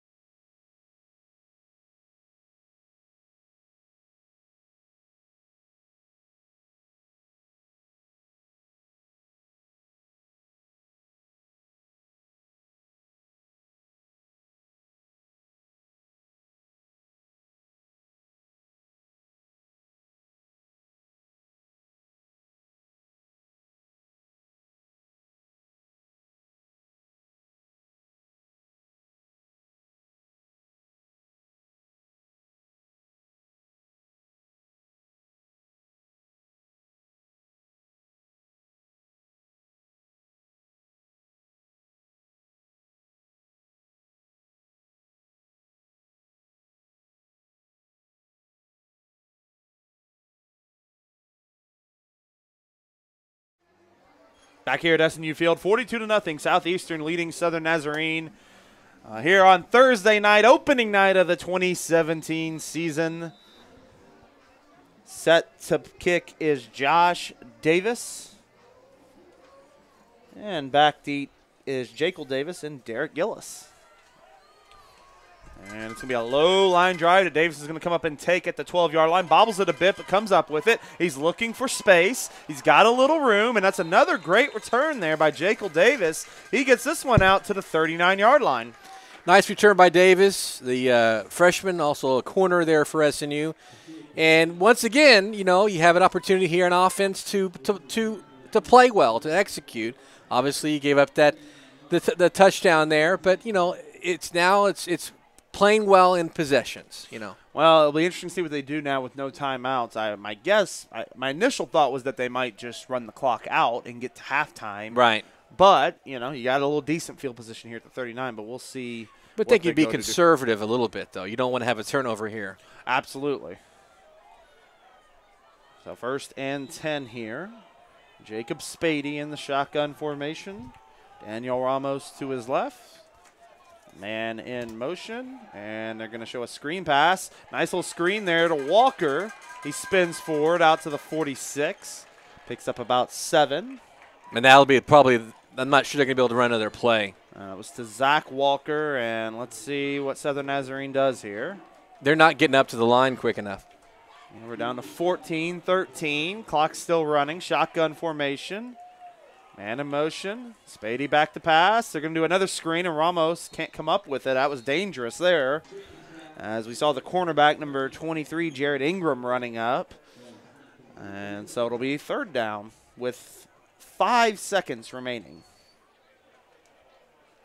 So not sure what you do here except maybe go rear back and throw it, or, you know, there's not a whole lot you can do here at 3rd and 3 and from your own 46 with 5 seconds left. So we may see how strong Spady's arm is here. We'll see. Either go short and Spady hope back for a to lot pass, and he was hit as he threw, and that's going to go nowhere. And still 0.7 seconds on the clock. That was a quick throw. Pressure on the play by number 30, Bricky Reed. So Bricky Reed came off the edge and was able to knock Spady down, which making him rush that throw. Reed, a 6', 225 junior from Paris, Texas. And it's 4th down, but with 0.7 seconds. Crimson Storm will just go ahead and take a chance here. Or they actually may. Or just take the knee. They're going to take the knee, I think. Just make sure the clock runs out before you knee it. And that will do it for the first half. So it's halftime here and opening night on SNU Field, and your score, Southeastern Oklahoma State 42, Southern Nazarene 0. And before we go to the half, Southern Nazarene kind of huddling up on the sideline, maybe just a quick little talk that, hey, this was a rough half, but we got a second half to play. Exactly. And you really want to have a good showing. You know, Andy Lambert telling his squad, I'm sure, that, you know, obviously kind of forget the scoreboard at this point. You need to have good plays, good possessions, get some points on the board. And we've seen some good things out of this squad. Absolutely. We'll take a break. We'll have some halftime stats, other information for you here at halftime. Your score here at SNU Field, Southeastern Oklahoma State 42, Southern Nazarene 0. You are watching SNU football here on SNUathletics.com.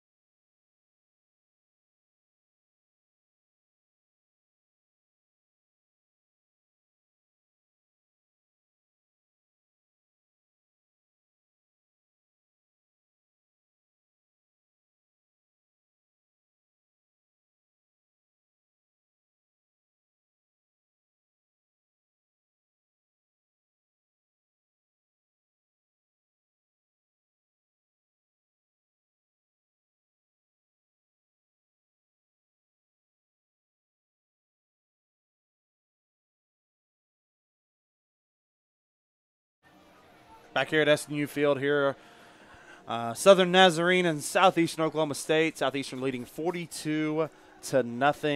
at the break. A tough first half for the Crimson Storm. Did some good things, which is some people find surprising to say in a 42-0 game, but they did do some good things. The big play was right.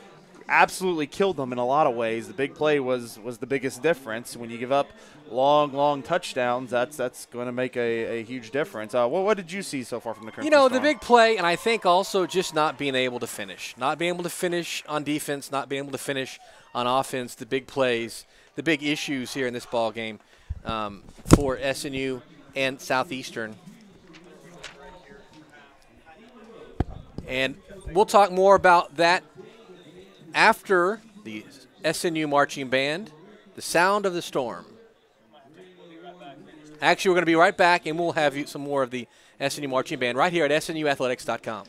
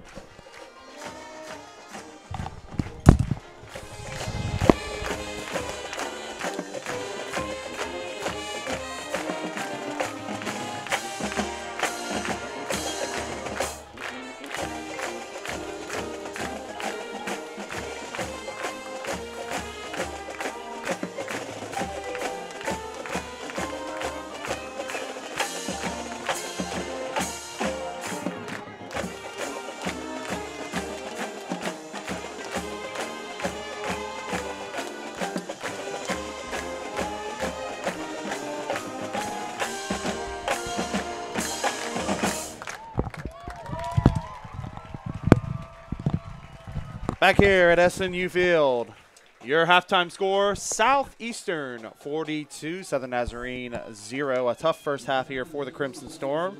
Got some quick first half stats for you. First downs, Southeastern 11, Southern Nazarene 6. Southeastern 18 rushes, 127 yards. 23 rushes for Southern Nazarene, 108 yards. Definitely a positive there for the Crimson Storm. The big difference you can see in offense is passing yards. Southeastern with 226 yards passing. Southern Nazarene only 25, 8 of 11 on the day for Southeastern's CB Cantwell, 4 of 11 on the day for Jacob Spady. 353 total yards for Southeastern, 133 for Southern Nazarene. Southern Nazarene, 1856 in possession, 1104 to Southeastern. 0 for 7 today on third downs, 0 for 1 on fourth downs for Southern Nazarene, 3 for 5 on third downs for Southeastern, and 1 for 1 on fourth down conversions, also 2 for 2 in the red zone. Just on those team stats alone, we'll get to some individual ones here in a minute, but what kind of stands out to you on those team stats, Joel? Well, I think you mentioned it too. 7 penalties, 62 yards for SNU, 5 for Southeastern. I feel like 2 of those 7 penalties came in tough spots that kind of stalled out some drives and didn't help SNU. No penalties help, but they really came in tough spots for the Crimson Storm. They haven't been in the red zone yet, so they haven't really. There's no turnovers from either squad. Turnovers were huge in part, but that wasn't a part. It was just the other big plays. SNU not been able to stop Southeastern and not able to finish on offense. Some of the things we talked about. Some individual stats for Southeastern. Kenneth Burks today, 12 rushes for 77 yards and a touchdown. Kieran Hardrick adds 4 carries for 54 yards and a touchdown. Cantwell having a great day, 8 for 11, 226 yards passing, 3 touchdowns. Terrence Taylor, 3 receptions, 95 yards, 2 touchdowns. Jalen Sims, 2 catches for 38 yards. Drake White, 1 catch for 80 yards and a touchdown. Joe Carlos punted 1 time for 56 yards. O.J. Walker had the big punt return for a touchdown. Your leading tackler so far is Jared Ingram with 5, followed by Jacob Harper and Hunter Powell with 3 tackles each. On Southern Nazarene's side, you have Jacob Spady leading the way rushing, 9 carries for 54 yards. Nate Walker, 4 carries for 29 yards. Zach Walker, 6 carries for 20 yards. Spady, 4 for 11 on the day with 25 yards. His leading receiver is Nate Walker's 2 catches, 7 yards. And your leading tackler is Josh Jordan with 5 tackles. Dorian Harris adds 3, as well as Brayon Jackson and Daniel Flynn. Quick scoring summary in the first quarter, 14-42, first play of the game. CB Cantrell to Drake White, 80-yard touchdown. Later in the first quarter, Kieran Hendrick, a 1-yard run out from on a fourth down. And then all the other scoring came in the second quarter. Kenneth Burks from 1 yard out. Terrence Taylor had back-to-back touchdown catches, 1 from 64 yards out, 1 from 23 yards out. And then to end the half with 41 seconds remaining, O.J. Walker with a 93-yard punt return. Let's take you around the GAC. Yesterday, Ouachita Baptist beat Northwestern 31-28 in Arkadelphia. Ball games today, besides this one, Southern Nazarene and Southeastern. We have a first quarter score between Henderson State and Harding in Searcy. Henderson State leads 14-7. Only other ball game going on is Southern Arkansas and Arkansas Tech, and Russellville, no score of that. 2 ball games coming up on Saturday, traditional day for college football. East Central playing in Shawnee against Oklahoma Baptist, and Southwestern, the Bulldogs, playing Arkansas Monticello. That's in Monticello. 2 ball games, and that's kind of the rundown of week number 1 in the GAC. Football is back. Football is back, and second half coming up in less than 10 minutes. We've kind of talked about all the different things. It's, some of the things that we talked about in the pregame and have not, SNU has not been able to execute. Southeastern, who we knew was going to be good, who was going to be a tough opponent. I think for Southeastern, too, they've lost some of their offensive weapons from last year, but they've been able to move the ball, to dominate the big plays, and they lead by 42. We're going to take a quick break, but we'll be right back. We have halftime, about 9 more minutes remaining for the second half kicks off between Southern Nazarene and Southeastern. We'll be right back with some keys to the second half. You are listening to SNU Football here on SNUathletics.com.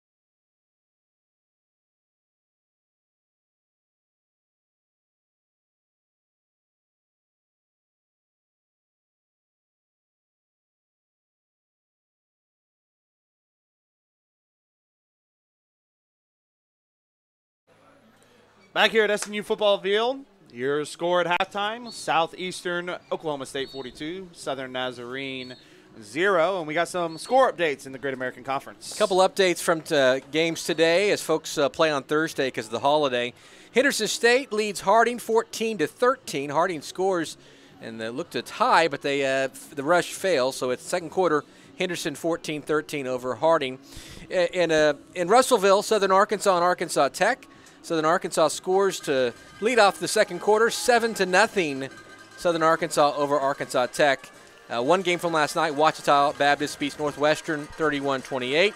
Couple ball games on Saturday, East Central at OBU and Southwestern at Arkansas Monticello. About a minute away from kickoff here of the second half of SNU and Southeastern.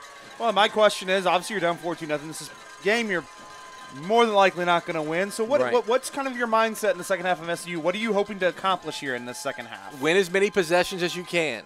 You know, as on a defense, that means, being able to have some 3-and-outs. That means being able to keep them from scoring. And on offense, that means getting first downs at first. I think we're looking now, you look at 42-0, it's pretty insurmountable. It's not impossible, but you need to start getting first downs and getting in the red zone. They haven't been in the red zone yet. Set some goals and achieve them, and start scoring some points. That's what I think you need to do. And I think if you try and to say we're down 14-0, when you press, it's not going to get any better. And as I said earlier, it'll be interesting to see in these situations when everything looks bleak, who's going to step up here and possibly rise into a leadership role. Second half is set to start. We're going to have Josh Davis kicking it off here for Southeastern. And back deep for the Crimson Storm. Number 20, Jekyll Davis. Number 21, Dorian Harris. Second half underway, and it's going to be Jekyll Davis taking it at the 7-yard line. And he tries to spin off a tackler, but he is hit almost immediately by number 7, Jacob Harper, his second big hit today. So once again, Southern Nazarene inside their own 10.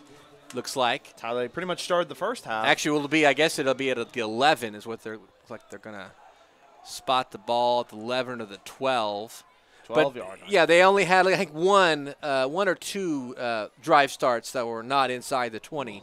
So here we go. So we'll see here Southern Nazarene as they go out on offense. Jacob Spady and the Crimson Storm. Can they can he throw the ball, lengthen the field a little bit, and can they run the ball effectively? They have in the first half.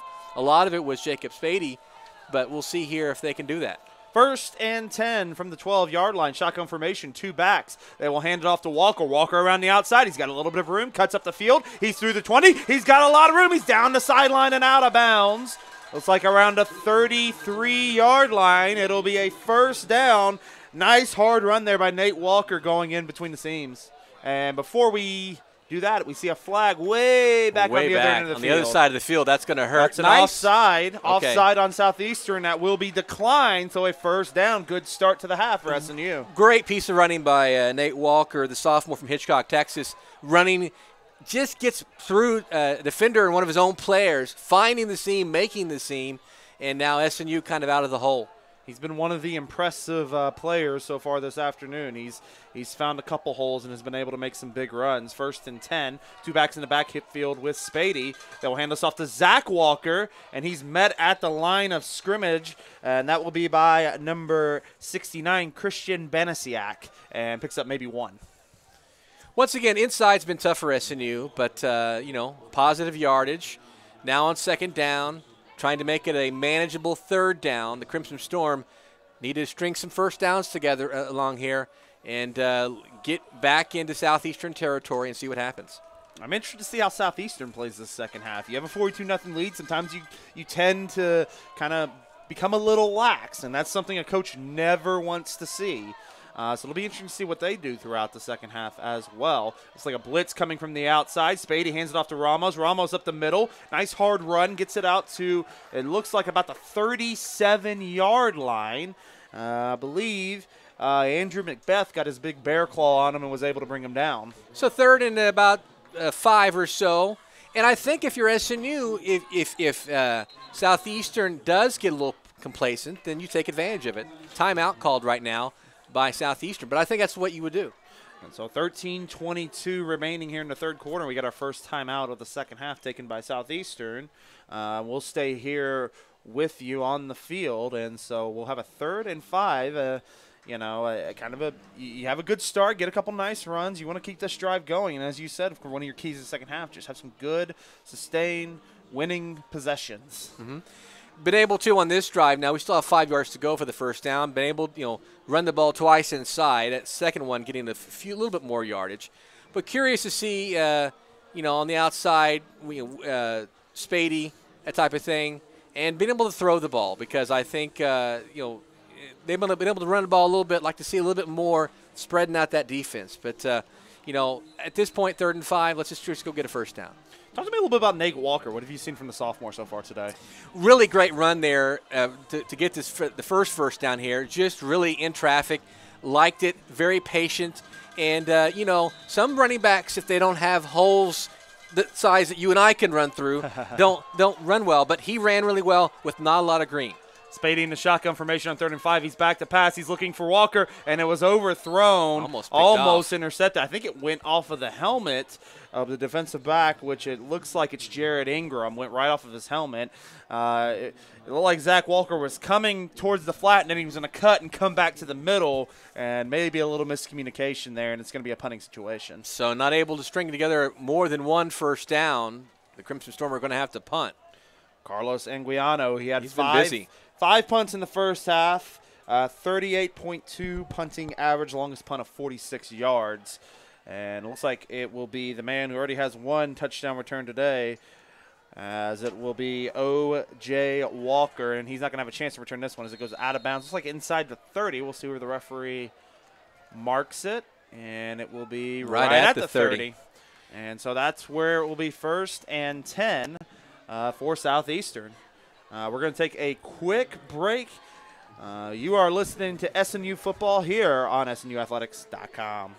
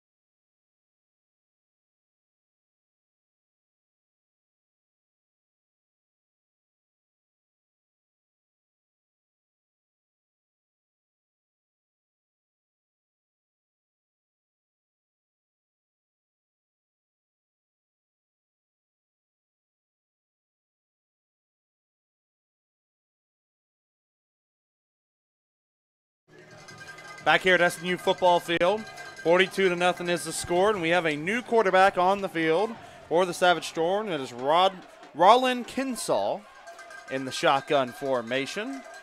So CB Cantwell's day is over, an impressive day for him. And on his first carry, he's going to do a read option and keep it himself, and a nice tackle by Harris in the open field. Maybe about a 3-yard gain there for Kinsall, so it'll be 2nd and 7. Keep playing if you're SNU. Of course, Southeastern looking to get some of their backups some meaningful minutes here, and early in the third, SNU can make a statement here with a 3 and out. Kinsall in the pistol formation. And he will hand it off to – no, he gets a play action to Hardrick. Nice play action fake. And the pass is complete to Ryan Ronks. And he's going to pick up a first down at the 43-yard line. Southeastern continue to move the tempo as well. Back on the line for another play. Kinsall in the shotgun formation this time. Back to pass. And he will hit a man in the flat. And that will be Drake White with the catch. About a 5-yard gain there, and it's 2nd and 5. White, the junior from Macon, Georgia, wide receiver. And now the Savage Storm looking over for the play call. But Dorian Harris on the tackle there. They are still moving the tempo here. Absolutely, not slowing down. As we mentioned with Cantrell, he finishes his day 8 for 11, 226 yards passing, 3 touchdowns on the day. Great day for Cantrell. Kinsall, there's going to be a flag on the play before he can get it off. It's going to be a false start on the Savage Storm.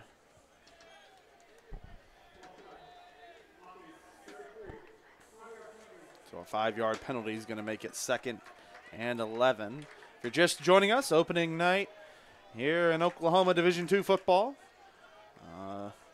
It escalated quickly. Southeastern Oklahoma State leading 42-0 over Southern Nazarene.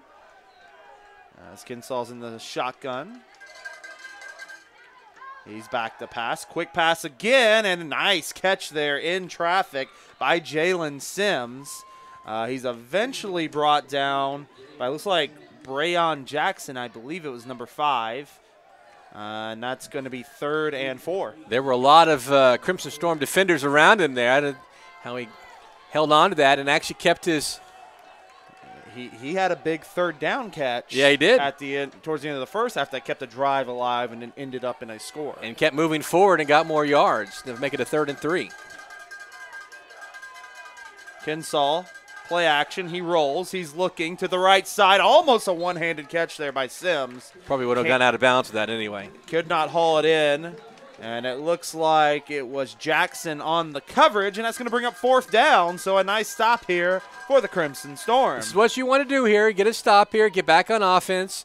Obviously, get some help with Cantwell going out of the ball game early on here. But, you go out there and play, and now SNU has a chance to get back on offense, try and move the ball a little bit. Joel Carlos to punt. He's punted one time today, a 56-yard punt. Beautiful punt he had earlier. And back to return will be Dorian Harris. Carlos sends it off. Another great punt. Harris is going to let it go, and it is going to be – oh, did they stop that at the 1-yard line?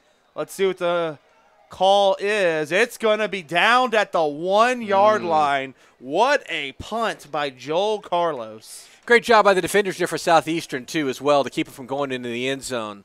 And, even though it's a 42-0 ball game, I know both coaches are watching for things like that. And we're going to take a media time out here. 10:43 remaining in the third quarter. Your score, Southeastern 42, Southern Nazarene 0. You're listening to SNU football here on SNUathletics.com.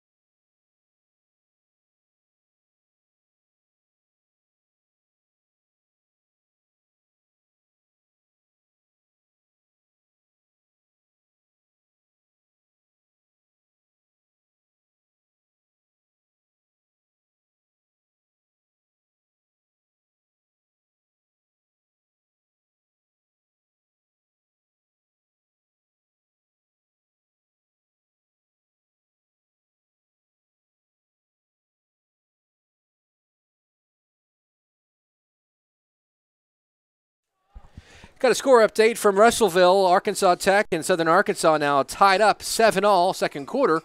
And GAC scores. We're back to Bethany here. SNU and Southeastern. Actually a touchback on that punt. And so the Crimson Storm start at the 20. 1st and 10, Spady in the shotgun formation, 2 backs in the backfield. They're going to hand off to Walker. Zach Walker to the outside. He's going to cut it back to the other side. Not much of anywhere to go. He's going to lose about 3 yards on the play. And it looks like one of the first ones to get to him. I see number 11, Troy Parker. It also looks like number 35, Hunter Powell, also in on the tackle. We've called his name before as well. He's had a few tackles here. He had 3 in the first half, which was second among the Savage Storm. So Spady in the shotgun formation, one back to his right. Nate Walker will come in motion. Looks like he had a little bit of a limp when coming across. Spady's going to get out of trouble. He runs right up the middle. Nice run here by Spady, and he gets it out to the 34-yard line. That's going to be a first down as Spady scrambles for about 17 yards. Scrambles, finds the seam, gets SNU back out again, and his legs, SNU's offense has kind of run on his legs pretty much this entire ball game. So now can the Crimson Storm continue the drive and get another first down? as they continue to try and build some of these first downs that, you know, they really, if you think about it, I can't recall very many 3-and-outs. They've been able to get some first downs. Able to get the first one, but they haven't been able to just get to sustain the drive. Yeah, absolutely. There's a option read by Spady. He weaves in and out and picks up, looks like he's going to be very close to the first down. He's right at that 44-yard line, it looks like. At least based on one spot. We'll see what this spot near us is. It'll be a 9-yard gain. It's going to be 2nd and 1, it looks like. And you wonder about just keep running that read option, but you also wonder about beating up your quarterback as well. So you're having some success there. And as he was taken out of the bounds, kind of hard. They're going to call it a first down, actually. So it'll be a first down for SMU. They move it to the 44. So back-to-back first downs on the legs of Jacob Spady. Hey. If it works, but you also want to protect your quarterback as well. Absolutely. And Spady this time's going to hand it off to Walker, and a hit and a fumble on the play. It'll be picked up, and that's going to go back for 6, it seems. No, it'll be tripped up right along the 3-yard line. Got a flag on the play as well. Flag is down. Jared Ingram picked up the fumble and was knocked down at the 3-yard line. It's a big hit on the play, too. I didn't catch who laid the big hit there. We talked about no turnovers at halftime, and now Southeastern with the first turnover as the Crimson Storm, the ones who made the turnover, and Southeastern now with the ball inside the SNU 5, trying to take advantage. Let's see what the penalty is here. It's right along where the run was. Makes you wonder what this could be, but all the officials are meeting as of right now. I think either way, it's not going to change the outcome. It's going to be a turnover. It'll be a personal foul, unnecessary roughness. So a 15-yard penalty is going to back them up, make it a little bit tougher here for Southeastern. So they'll get off the 3-yard line and go back to, I believe, the 18. Savage Storm still playing hard. We talked about them maybe being complacent, James, but they're not. Big hits, forcing the fumble. This is a team that's trying to kind of make a statement as well, play really well, even though obviously they're kind of overmatching SNU, but they're not going to be complacent here. We mentioned in the pregame that the Savage Storm are coming off their best season ever in the GAC at a 7-4 record. They're looking to build off that. Clearly, one of their quarterbacks returning is a big deal, though they have lost a few pieces. But I think you're exactly right. I think they're trying to show that, hey, we're going to be a team to compete with this year. As Kinsall is going to work in the shotgun formation, 1st and 10, and he's going to hand it off. And I believe that is a new running back. I don't believe that was Hardrick, as more reserves are starting to come into the game for Southeastern. Actually, it was Hardrick. It was Hardrick. Or is that 29? Actually, that's 29. That was that number change. That's a number we do not have on our roster. So a 1-yard gain will make it 2nd and 9. We'll get that number change here in just a moment. As there is a pass towards the end zone, almost picked off too. Almost caught, almost intercepted as Kinsall put it up there. Almost, you think probably Sky Low actually almost came up with it as well. It was intended for O.J. Walker, who already has a touchdown today on a punt return. And so it's going to be 3rd and 9. So once again, you're wanting to get a stop here, force a field goal, win the little battles at this point. Absolutely. This is one of these situations you want to win here in the second half despite being down. Kinsall looking to the end zone, incomplete. Nice coverage there by the Crimson Storm from Trevor Hartman. As they were looking for the big tight end in the end zone, but good coverage there will make it 4th down and 9. It was intended, I believe, for Devin Richardson, the big tight end. Trevor, a sophomore from Walters, Oklahoma, in southwestern Oklahoma.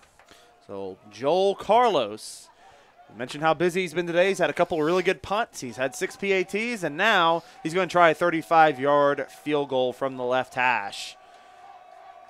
And the kick is up, and the kick is good. And so Southeastern adds to their lead, 7:47 remaining here in the third quarter. And your score, Southeastern Oklahoma State 45, Southern Nazarene 0. You are watching SNU football here on SNUathletics.com.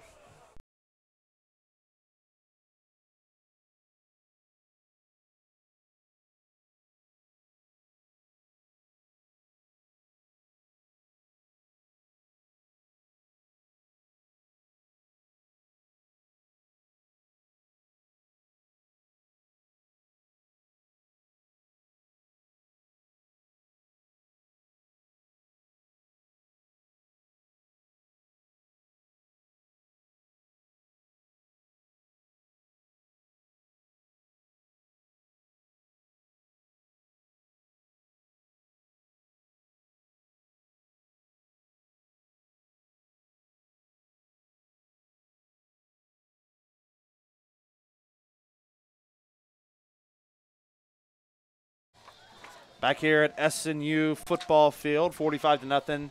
Southeastern leading Southern Nazarene. Josh Davis set to kick off, and back deep for the Crimson Storm will be Derek Gillis and Jekyll Davis, who's had a couple of nice returns. As Davis is going to take it at the 9-yard line. He heads to his right side, looking for a little space, finds a little bit of a seam, keeps cutting back. Now he's going to the other side, still going, couple spin moves and all that to get to the 25-yard line. A lot of moving east and west, but ran about probably 40, 50 yards, but only picked up about 15. Right. But he's exciting. Got the crowd into it. Got exciting, and if he breaks a seam there, we're talking about a big run for Absolutely. the Crimson Storm. And so once again, now we got to get another sustained drive and finish and not turn the ball over, which has been something that they hadn't done in the first half. But the turnover leads to the field goal, 45-0. Southeastern here, 7:34 left to play in the third. And Spady so far 11 carries today for 81 yards on the ground. He's had a good day running the ball. That's kind of what you expect from a Jacob Spady. He's gonna help the team a lot with his legs. And he's gonna hand it off here to Daniel Ramos, who squeezes out of a little hole there and picks up around 7 yards. That's gonna bring up a 2nd and short. So Ramos looked like he was maybe stopped there for a minute. Right. Able to get out of that and pick up some decent yardage. 5'8", 200 junior from Arlington, Texas. 111 yards, 29 carries last year, averaging 3.7 yards a carry. So he picks up 7. It's going to make it 2nd. About long 3. We'll call it 4 here. Spady's back in the shotgun formation. See if he can get over 100 yards rushing here today. As he will hand it off to Ramos again. Ramos up the middle. Nice running here. He's going to get a first down as he'll be stopped at the 36-yard line. So as we were seeing some first downs here, a little bit of something. Just got to hold on to it And now. I think you talked about it in the pregame, wanting to see more from Ramos. And, obviously we knew Spady could run the ball effectively. We've seen the Walkers run well as well. But Ramos here, Daniel Ramos III, helping out here. And, these running plays here, this will kind of lengthen the time, helps out your defense too. This Absolutely. has been a tough day for your defense. Daniel Ramos III, a 5'8", 200-pound junior running back out of Arlington, Texas. As he's gotten the last 2 carries, he's going to take it again towards the outside, cuts back up, and boy, it looked close to a face mask there, but no flag on the play. Tackle was made by Sue Lufatasaga, fun name to say. He was able to bring him down as he tried to cut back up, so only picks up a yard on the play. You think Sue has a nickname based off his last name? I'm going to hope so, at least. Right. So 2nd and 9 here for Southern Nazarene. Savage Storm do not have their names on the back of their jerseys, and it would be tough to fit his on the back. Yes, and speaking of, if you're just joining us, this is the Battle of the Storms. We have the Savage Storm of Southeastern and the Crimson Storm of Southern Nazarene. So if you're just joining us and wondering why we keep saying Storm, as there's a pass, and whoa, what a catch! Beautiful catch there on the play by number 11, Troy Parker. A nice throw by Jacob Spady, and I think what I was more impressed with was Parker came and got it. Yeah, he did come and get it. Good catch by Parker. And Southern Nazarene moves into Southeastern territory. It's going to be 1st and 10 at the 38-yard line. Parker, 5'9", 190 junior from Dallas, Texas, puts SNU in Southeastern territory. Time now to I'm curious, too. Maybe they've had such a hard time getting the plays in to see SNU maybe push the tempo a little bit. But, of course, they've had a hard time with the play calling. Correction, it was Reed Roloff who had the catch. Okay, we were looking at the Savage Storm on that one. A 6'5" sophomore out of University Place, Washington. When you said 5'8", I knew something wasn't right. Yeah, that's right. As there's a run here on the read option by Spady. He's going to be knocked out of bounds. He's holding his leg there as he's off on the sideline. It's not what you want to see, and he is in some pain, I think. He is, as Hunter Powell had the tackle towards the sideline. Spady picks up about a yard, and they're going to take a quick timeout and take a look here at Spady as he is in some pain. He's right on the sideline over here. SNU training staff attending to him, but as soon as he hit the ground there, you could tell he kind of grabbed for His leg, not sure where it was on his leg there. Can't see. Looks like they may be rubbing his calf a little bit, so you wonder if hopefully it's just a cramp. It's a cramp, yeah. It is a warm night here in Oklahoma, so you're hoping for the best that it may just only be a cramp that needs to be taken care of. According to the 2 deep, the next man up would be Jackson Hopking, who's already in the huddle, but we hope for the best for Jacob Spady. But I do see him. He's taking some swigs of water, and they're kind of stretching him out. So probably just a cramp. Jackson Hopking, 6 foot 195 junior from Wheatland, California. Played at Yuba College in California last year, but looks like Spady is okay. He's starting to get up, and then and maybe the cramp just came back. Again. Yeah. Those cramps, man, they'll get you. They can be the worst. He had to eat more bananas. So they're attending to Spady here. 4:38 remaining here in the third quarter. As we said, the score remains 45 to nothing in favor of Southeastern. Crimson Storm trying to put a drive together here into Southeastern territory. They've been in, I believe, Southeastern's territories twice today, but have not been able to come up with any points so far this evening. It's like they're trying to stretch him out. I think we'll probably obviously see a little bit of Hopking here. At least for one play. At least for one play. And you kind of wonder, with this kind of in the back of your mind here, obviously what's made Spady so effective is his running. And he's up on his own power, not really limping much at all, but maybe a little gingerly. Taking a walk back, and as I said, it looks like he's taking some swigs and trying to Hopking threw for 1,687 yards with Yuba College, 12 touchdowns. So he is a junior. Well, and Hopking, he's gonna go into the shotgun formation along with Daniel Ramos, and we'll see what the transfer has here as his first play. He's gonna hand it off to Walker. Zach Walker's got a little bit of room. He's up the middle. He's to the 20, and he's inside of the 20 before he's finally dragged down around the 18-yard line. Zach Walker with a nice run on the speed sweep. And it'll be 1st and 10 for the Crimson Storm at the 18-yard line. Nice play. SNU's had some success with those type of runs right there, and now inside the red zone, I think, for the first time today. So inside the red zone, let's see if the Crimson Storm can do anything with it here. Hopking in a shotgun with Ramos. And he's back to pass. We'll see his first pass of the day. He's going to go deep for Parker. A little bit of a tackle. Pass interference. Well, no. I think the only Is that problem, well, it seemed uncatchable. The ball was way, way over the head of Parker. But it was definitely, there was definitely some tangling down there in the corner, I guess you could say. Has number 21 for the Savage Storm, Zach Scott kind of just gave him a little bit of a bump there. I think it was more than I think it was more than a bump. Absolutely. A little bit of sarcasm. Yeah. They're still working on Spady down there. He is still getting stretched out by the training staff. Hopkins still in at quarterback, and they only have 5 on the play clock. They're going to have to call timeout. And that's about the 3rd or 4th time that has happened today where the play clock has run out on the Savage Storm, and they have not been ready to run the play. We're going to take a break with them. 3:49 remaining in the third quarter. Southeastern 45, Southern Nazarene 0. Crimson Storm looking to get on the board. We'll be right back.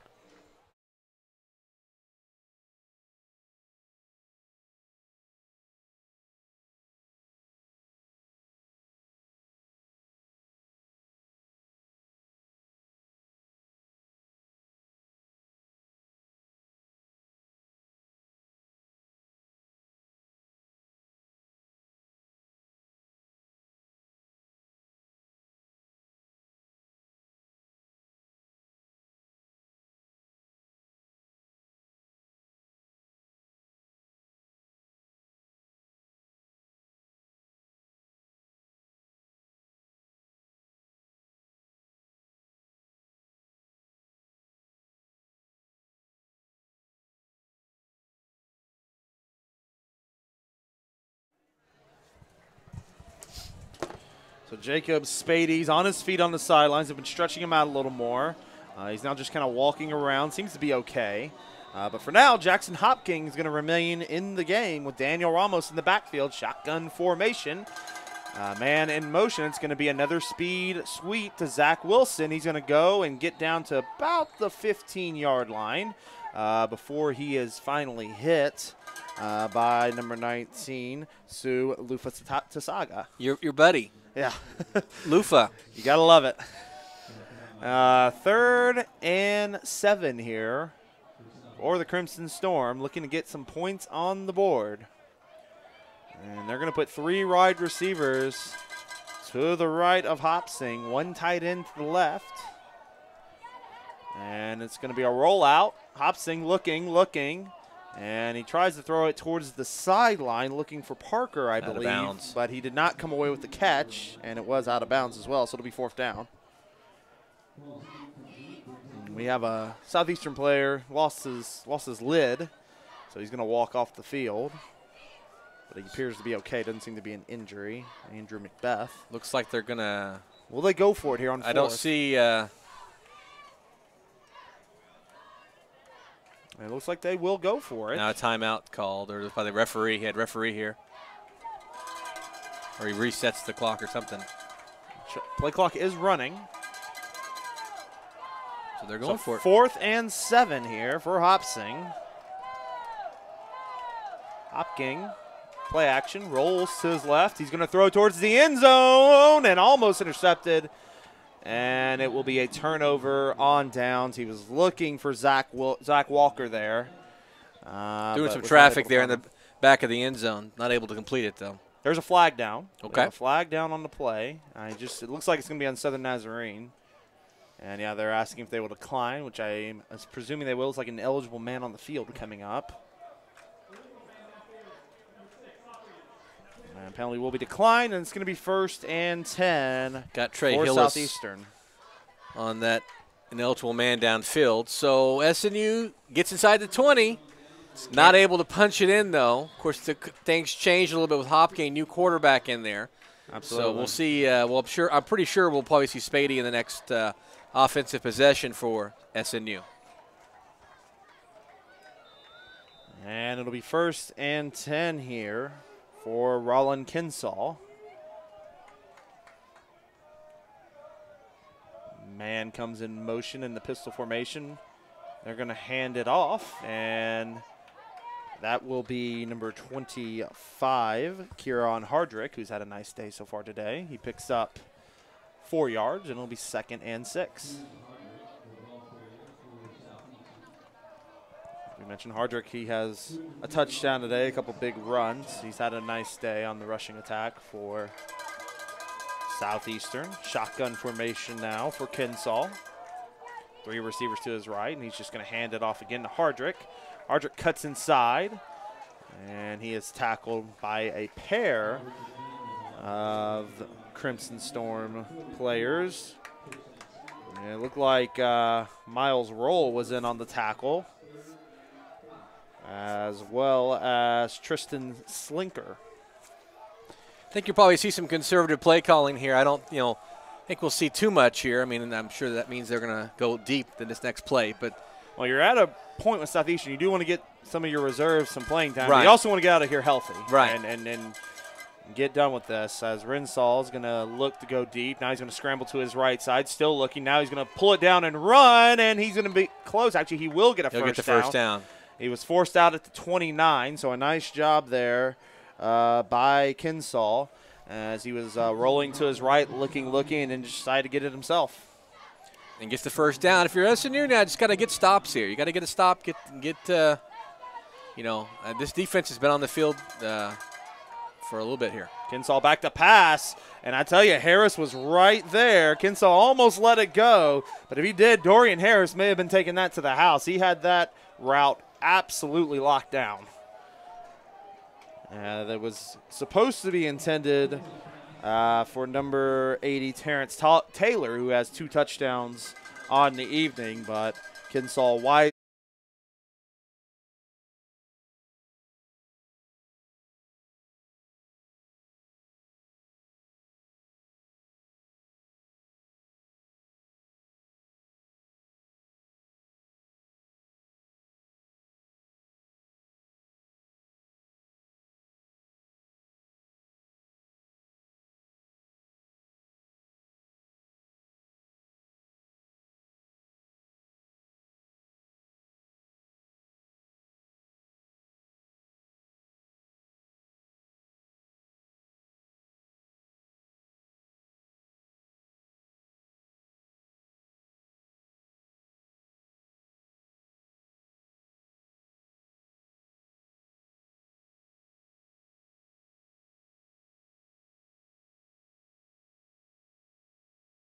Hard count, getting the man to jump.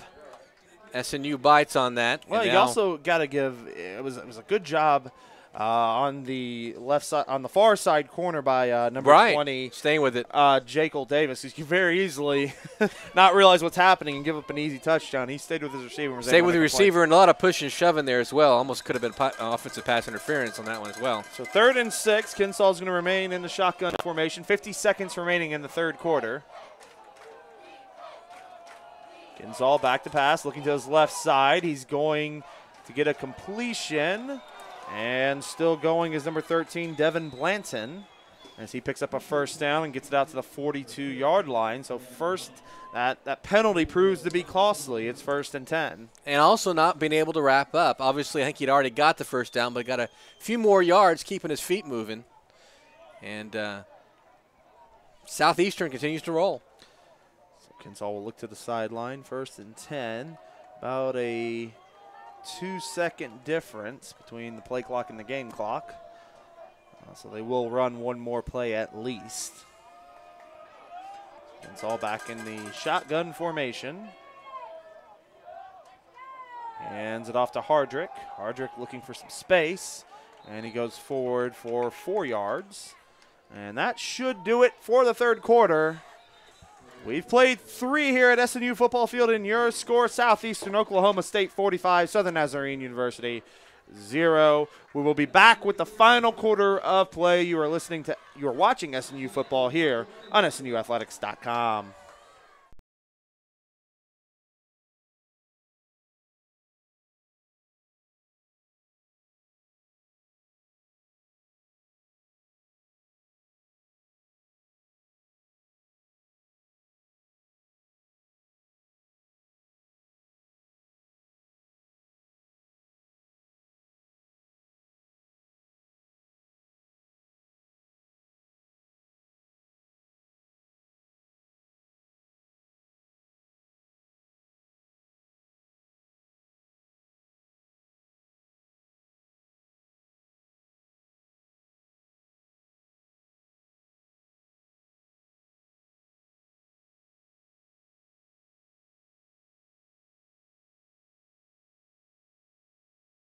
Taking a look around the GAC, some scores to let you know about. Henderson State leads Harding 21-13 at half. 35 seconds before half, 14 all, Southern Arkansas and Arkansas Tech.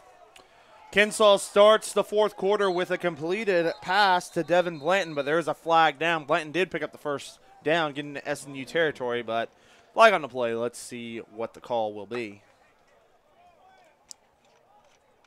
If you're just joining us, fourth quarter here at SNU Football Field, 45-0. Southeastern leading Southern Nazarene on opening night here in the SNU 2017 football season. Looks like the penalty is going to be against Southeastern. They are backing up. So 42-0 at half. Just a field goal here in the third quarter, obviously. Southeastern with some backups in. Going to be offensive pass interference on the Savage Storm. And we'll remain second down. But, yes, we know Southeastern's been conservative. Their starting quarterback's out. We understand that, but you still got to take that as a win. Right, absolutely. And really, the 3 points came off a turnover. Right. And so.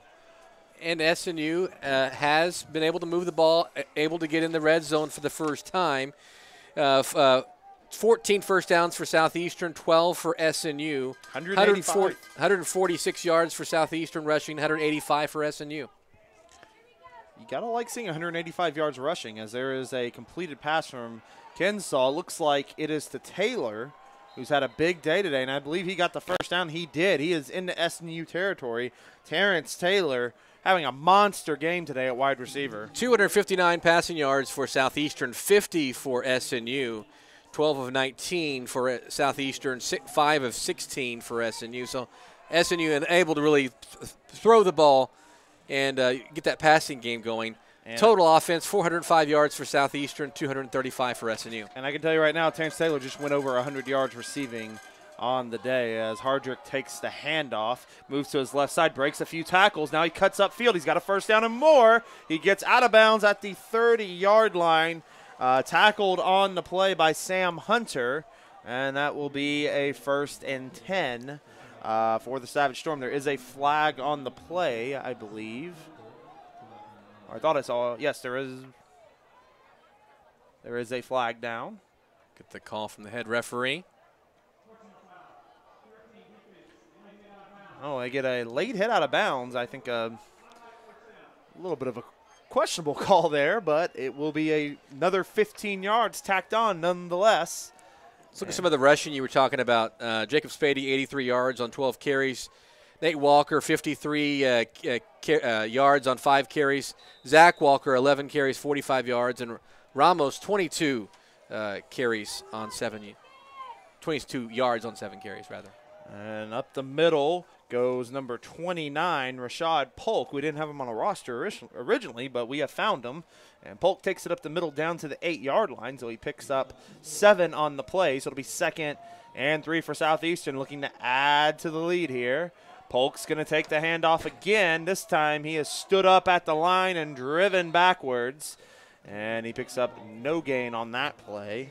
I believe the first to wrap him up was number 93, Anthony Bryant, one of the seniors from Oklahoma City. Bryant, a Southeast Spartan, playing for SNU. So it will be 3rd and 3 as we are in the final quarter here. Again, 13 minutes remaining in the game, 45-0, Southeastern leading Southern Nazarene. So Kinsall set to go here. I think they're purposely using a little bit of the play clock here. We'll be in the shotgun formation. They'll hand it to Polk. Polk to the outside. He cuts it up into the middle and gets about to the 5. He's going to be very close here to the first down. I think he actually may be about half a yard short. I do not think he has the first down here, so it's going to be 4th and short. A little less than a yard, really. I think number 22 for the Crimson Storm came over and was able to make the play, and that was Daniel Flynn, a junior out of Crowley, Texas. So it's 4th and inches for Southeastern. They will go for it here.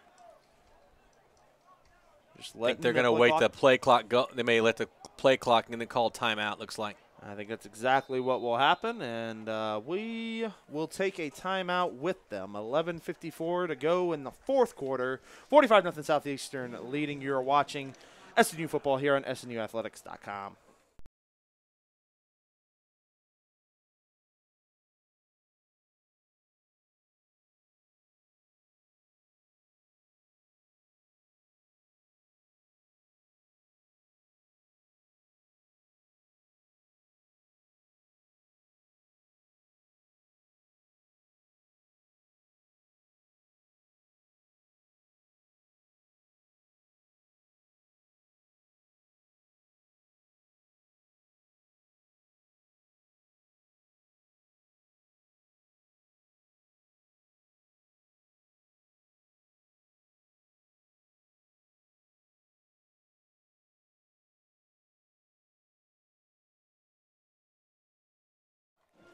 Back here at SNU football field, 45-0 Southeastern leading Southern Nazarene. 4th and inches here for the Savage Storm. Pistol formation for backup quarterback Roland Kinsall. Rashad Polk in the backfield. He's going to take the carry. He's going to get the first down, and he's going to get down to about the 3-yard line before a host of Crimson Storm players bring him down. Conservative, but a good move right there. You just go inside. If you don't get the first down, no big deal. Ball turns over and downs. Up with this lead, and if not, you go in there and try and score again. But SNU just got to get a stop. 1st and goal for Southeastern. They're running clock. They're letting the play clock run to about 10 before they even line up. Well, for either coach, at this point, you don't want to get anybody hurt. Absolutely. You want to get out of this game and move on. The fewer snaps have to be taken, the better, if you're looking at Bo Atterbury's kind of thoughts on the matter. Well, 4 seconds on the clock. They're just now getting lined up. They got to hurry, and we will have another timeout. So trying to run some clock, but then a little confusion will cause for the second timeout of the quarter in about a span of a minute. We'll take another. Actually, you know what? Let's stay here. And as we said, 45-0. We've talked a little bit about the upcoming schedule here for Southern Nazarene. And what's Southern Nazarene looking at next week? Next week, going to Ada to play East Central, 6 o'clock a game. That's next Saturday. And then the week after that, Harding, Arkansas Tech on the schedule, Henderson State, Southern Arkansas, Ouachita Baptist, Arkansas, and Monticello. The Rangers from Northwestern, then Southwestern, finish out the season with Oklahoma Baptist. Our next broadcast at SNUathletics.com coming up on the 23rd of September. Crimson Storm return home to meet Arkansas Tech. That's a 1 o'clock kickoff right here at SNUathletics.com. We hope you will join us for that matchup in a few weeks as it's first and goal here for Southeastern. Pistol set. Kinsall puts a man in motion. They're going to hand it to Polk, and he's going to get nice job right there. That was the 34 on the tackle, which is Jake Hansen. Hansen, a freshman, Elk River, Minnesota. Wow, long way. Second and goal now from the 1. As Polk looking to get his first touchdown of the day.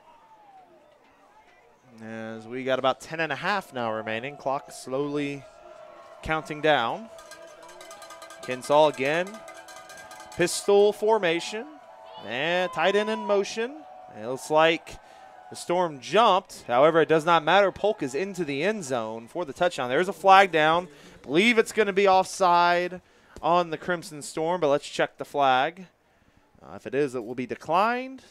You can already see the coaching staff on the Southeastern side declining it.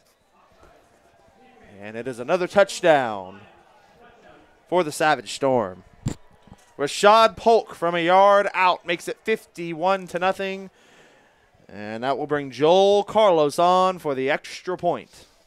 Bo Atterbury, you got to be happy, though, for Southeastern. Gotta be. You got to be happy with being able to rest your starting quarterback in the second half and just the effort here so far in the second half.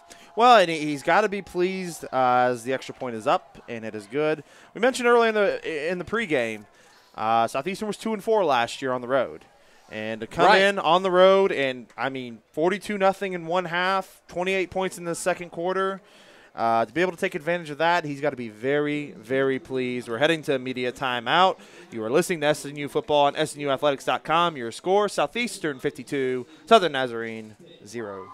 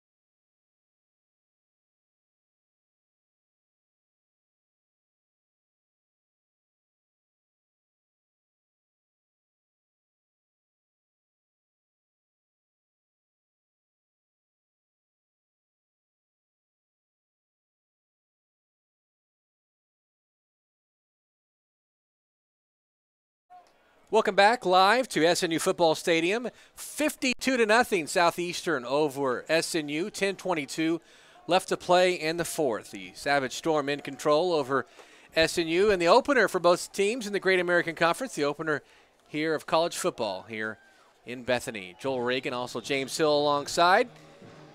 As basically it's been all Savage Storm. SNU has not been able to stop Southeastern. Josh Davis kicking it off. He sends it deep for the first time today. We're going to see a return from Derek Gillis. Gillis rumbling, but he gets knocked down at the 14-yard line. He put his shoulder down. Was ready to run somebody over, it looked like. But he gets tackled. Gillis, he is a senior, 6 foot from Houston, Texas. as we mentioned earlier, we'll mention again our thoughts and prayers and all of our good positive vibes down to the Houston area and all the flooding. We all both have, I know I have some family down there and some friends, and so we hope everybody's well and spirits are high, and we know they're going to recover from this. So yeah, and Derek was tweeting earlier this week some pictures from back in Houston, and unimaginable the waters there, but our thoughts and prayers with them. Hopkins going to stay in the game. He's going to go back to pass, and he will throw it towards Parker, and we have a flag down. You know, the funny part about that, I think that one, is the, that one maybe you actually would have held on to the flag. There's been a few today that I thought maybe you could have called pass interference. Yeah, they're going to get Josh Atkinson, the redshirt freshman from Cedar Hill, Texas, for the pass interference. A little bit of lobbying there. A little bit of lobbying there from Parker. Parker, and I think he got his call. But I like the move here from Andy Lambert as well. Absolutely. Obviously we think Spady's okay. Right. But you don't want to risk anything in a 52-0 game. Right exactly. Now. And I think you're also going to get Hopkins some reps. Like I said, he is a junior from Wheatland, California, but I think it's a good move. So Hopkins going to stay in the shotgun here, and he's going to go back to pass. He's looking. He's going to hit Walker on a drag route. Walker's going to pick up a first down, forced out of bounds. Zach Walker having a nice day today, and he's very excited about that first down. Good to see, a little bit of emotion, Absolutely. Because you could easily just be dragging through this last, 10 minutes of play. Exactly. It comes down to winning plays, winning possessions, and I think you have to have a little bit of emotion to do that, right? Yes. When good things happen. 1st and 10 now, so a little bit of passing that we haven't seen much from the Crimson Storm this evening. Hopkins going to hand it off again to Walker. So he just caught a pass. Now he's going to run the ball here. Picks up about 4. Nice. I really like both of these Walker kids, both Nate and Zach. Run the ball hard. They have good speed. You can tell they could be a pair of playmakers for this team this season. Zach, 5'11", 180, sophomore from Houston. Listed on the roster as a quarterback. Also, obviously, can do a lot of things. He's going to come off the field right here, and he's done a lot, so he can take a little breather there. Absolutely. The one, Nate Walker, his helmet's off on the sideline. He was a little gimpy, I know, earlier in the game, so that may be another person they're shutting down for the day, as that handoff goes nowhere. And I believe that is a new running back. It is. It's 24. Number 24, which is Roger Barchiers. He loses about 3 yards on his first carry of the day. 5'10", 180 sophomore. Poto Pirates, Barchiers. And so third not and far 9. from Fort Smith. We're down to about 8.5 minutes in this ball game, a game that has been dominated by Southeastern Oklahoma State. I think we can all pretty much write it down the book that they're going to move to 1-0 on the season, while Southern Nazarene will fall to 0-1. But still have a little bit of football left to play here in the fourth quarter, as Hopkins will do an option here. And, it's a fumble on the play. It's going to go out of bounds. A lot of traffic to pitch in. That was a big hit, and I believe it was number 28, Desmond Luster, with the big hit on the play, able to force the ball loose. Though they never really seemed. It was Derek Carmouche who. I'm not sure he was looking for it. Yeah, and so tough situation. As we're going to get a punt here. The referee's quickly in there. Jordan McGowan from Southeastern went into the SNU bench area there, going after that, and there was a little bit of pushing and shoving there, but it was dissipated quickly. Anguiano to punt. Walker, who has a punt return touchdown today, waiting for it, and he's going to take it at the 38. He's going to try again here. He goes to the outside. Big block, and he will finally be brought down around midfield, but a huge block on that punt return, and it will be 1st and 10 out of the break. So 7:39 remaining. We'll stick with you, as it looks like are we going to see another new quarterback? I believe we will. It is number 18, Austin Skinner, into the game. Skinner, 5'11", 180 sophomore, Teague, Texas, played at Northwestern State before coming to Southeastern. And we actually are going to take a media timeout. We'll take it with them. 7:39 remaining in the game. Your score, Southeastern 52, SNU 0. You're listening to SNU. You're watching SNU football here on SNUathletics.com.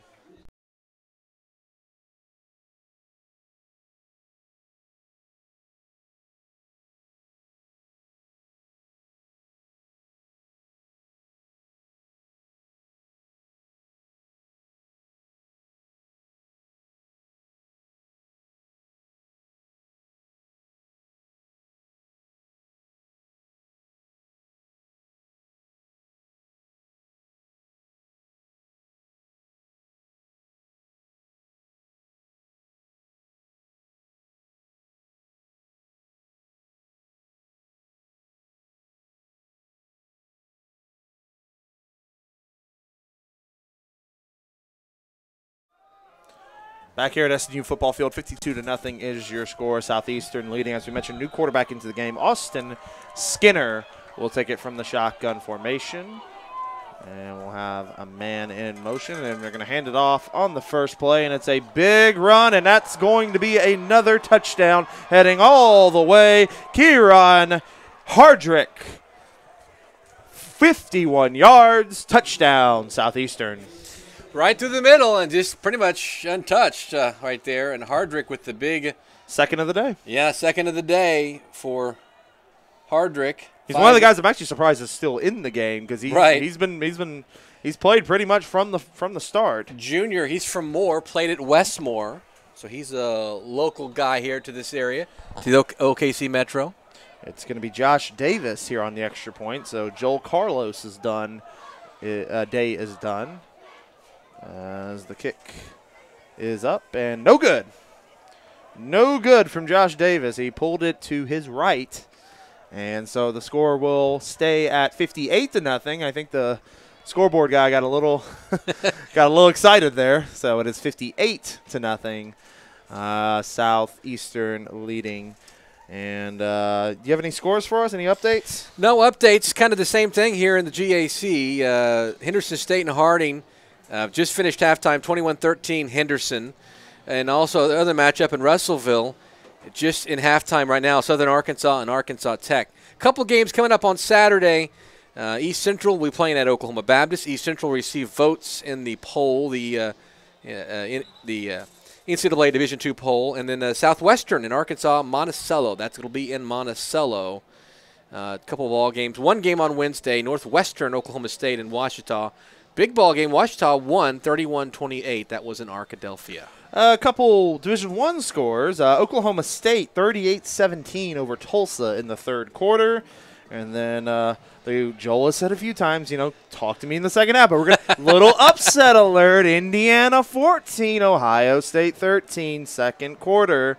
The Hoosiers trying to make it happen here in the Big Ten. Trying to give Urban a little trouble here on opening night. So we'll see. We'll keep an eye on those games. Having lived in Indiana for about 2.5 years, I saw some similar things that did not go well in the second half for the Hoosiers. Josh Davis to kick it off.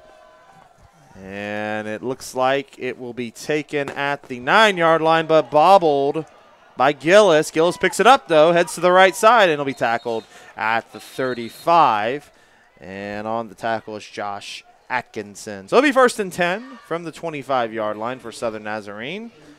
And, again, 7:14 remaining.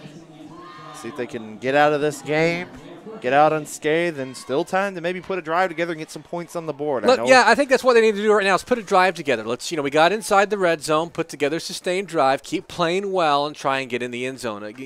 Break the shutout right now here. So, obviously, at 58-0, it's not gone the way you want it to go at all. But got to play with some pride here. Well, even when I play for pride, play for the season and keep improving because it's the first ball game of the season. Yep, plenty of football to go throughout the year. Plenty of improvements to be made as Hopking will hand it off on first down. A nice little run here. Looks like about a 6-yard gain by number 24, Robert Barcheers. Roger Barcheers, 17 carries last year, 61 yards, 3.2 a carry, and at 4.9 a game. He's from Poto, and a nice little run by Barcheers. 2nd and 3, so a 7-yard gain there by Barcheers. as Hopking will go into shotgun formation. 2 receivers to his left, as well as a tight end.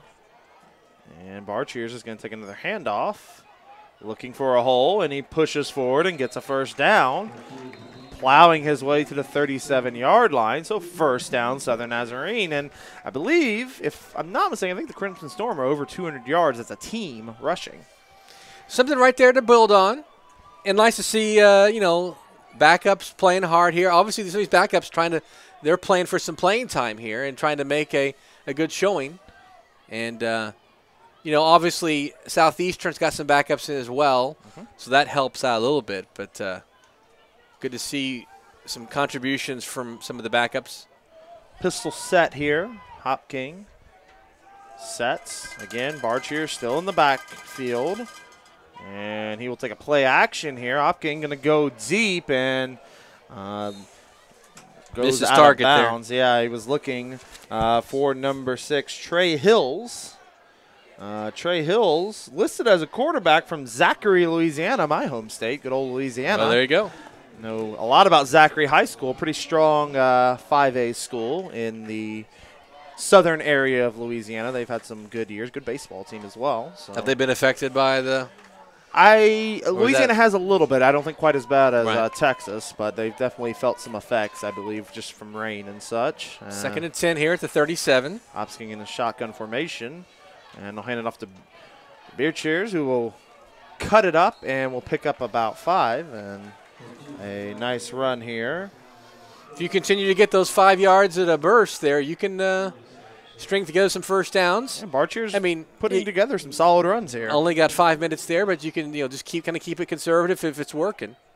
We're under 5.5 now in the game. It's going to be 3rd and 5 as they look to the sideline.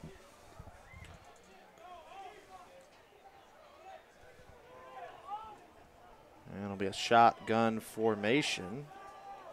2 receivers to the right. Hills in motion. They're going to hand it to Hills. Hills will come around the corner. Nice little run here by Hills. And he's in the Southeastern territory before he's dragged down at the 44-yard line. And a nice little burst there from the quarterback from Zachary. Hills with the first down, and keeps the sticks moving for SNU. And like you said, they've been able to run the ball effectively at times, but other things that have kept them from sustaining it. So it'll be 1st and 10. Shotgun formation here for Hopking. Motion again. They're going to hand it off to Barcheers. Barcheers breaks a couple tackles. He's got another first down. And he's down to the 33-yard line. Not a 12-yard game. Barcheers running the ball hard. Nice running by Barcheers. His long before tonight, 18 yards is for one play. So he's getting the yards and getting 5, 6, 7 yards here, but has SNU down to the Southeastern 33 here with just over 4 minutes left to play in the ball game. So first down and a 10 for the Crimson Storm. Hopking back in shotgun. Man in motion. They will fake the speed sweep, and they'll go to Hills and just overthrew him. Yeah. As they were looking for Hills down the seam. And it was kind of lucky, too, because number 14, Atkinson, was just about a step late. He could have intercepted that behind Hills. That was just overthrown. 3:44 remaining in the game. The Crimson Storm trying to get some points on the board. Southeastern on the other side. I was a linebacker in high school and college. So was I. I know how much that defense wants to preserve a shutout. Oh, is that exactly? They want to keep that shutout as much as possible. So I know where they're coming from.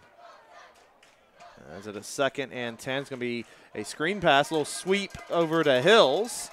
And he's going to be forced out of bounds around the 29-yard line. Picks up about 5 yards. So with some reserves, we're seeing Barcheers, Hills, showing some nice little bursts here in some cleanup time. Well, like you said, for both teams, one team wants to avoid the shutout in SNU, and the other team is obviously wanting to preserve it. But, you know, it gets a little interesting when you have reserves in, some different packages in. So it's 3rd and 5. Hills will come in motion. Oh, bad snap there. Oh, bad geez. snap, and it will be picked up and almost, boy, big tackle there by Hopking. Otherwise, that he didn't would know have where the been ball 6. was after the bad snap. He was looking. He was spun around looking for it. Zach Scott picked it up, and there's a flag down. Well, let's wait and see. It'll be a legal formation, so the turnover will stand. Got to be a little deflating there for the Crimson Storm. Not a good way to go out on the turnover after such a promising drive. So this will be the biggest loss in the series. In 2014, Southeastern won 45-0. But obviously at 58-0, that will be the biggest loss in this now 5-game series between the squads. So this will be the second year in a row that SNU has lost. Right there. You probably heard them. I know. Best in the shutout. business. So not the way to start the season. And SNU has not done well in school history in openers. So Austin Skinner back into the game. He's going to hand it off to Rashad Polk, and he's going to break free. He's down the sideline. He's forced out of bounds. And they're going to call him out at the 14-yard line. 2:49 now remaining. So a tough opener here for SNU, and we'll see here how they play it here with 2:41 left. I think you'll just see a lot of conservative play calling, but SNU's got to stop them. Absolutely. SNU coming into tonight 4 and 13 in season openers, 7-10 at home. So they've been better at home, but still under 500. I'll hand it off again, and I believe this time back in the game yet again is Hardrick. Hardrick was dragged down after about a 4-yard gain. So 2nd and 6. And we're about to get into 2 minutes here remaining in the game. We actually have our 4th. No, never mind. I saw 12, but it's just going to be a kneel now for Skinner. He's going to let the clock run. He'll kneel it down, and that should do it. Like the move here by Bo Atterbury. You know, up 58-0. Under 2 minutes. This is, you know, the right thing to do, even though you get inside the 10. And there is the kneel down. We're down to 1.5 minutes. We'll make it 3rd down, but just going to get out of here. And I believe one more snap will be needed, and this game will go final. So, James, looking at kind of where you go from here if you're SNU. Well, you've got to bounce, but you've got to, one, try to find some of the positive. You ran the ball well. You had some nice stops defensively early in the contest. That's 2 things you got to reflect on and see some sort of positivity out of the game, even though there's obviously not much. The second thing is you've got to correct some of the mental mistakes, especially on the offensive side. And on the defensive side, you know, you had some strong points on the defensive side, but the big play absolutely killed you. Sometimes you'll get a big play, plays that are 20-plus yards. You could probably, I'm just thinking off the top of my head, at least 8 or 9 just big plays that Southeastern had that most of the time resulted in touchdowns. Right. You've got to be able to slow those down if you're going to want to have success on the season. Well, winnable opponent next week in East Central and Ada. You get a little bit extra time to prepare as well to take on the Tigers. Absolutely, and we'll see what Southern Nazarene can do to bounce back and get ready for the next game. And it looks like they have some spurts and have some potential, but how are they going to reach that potential? It's only game 1. You can bounce back from something like this. So what are they going to do to improve throughout the season? And the clock has hit 0. Your final score is Southeastern Oklahoma State 58, Southern Nazarene University 0. So a tough opening weekend, a tough opening game for SNU. But as we said, they got a chance next week, a winnable game next week where they can hopefully bounce back and see what they can do with some of their weapons. And we'll have some final stats coming up after a final break here. 58-0 the final score, Southeastern over SNU. This is SNUathletics.com.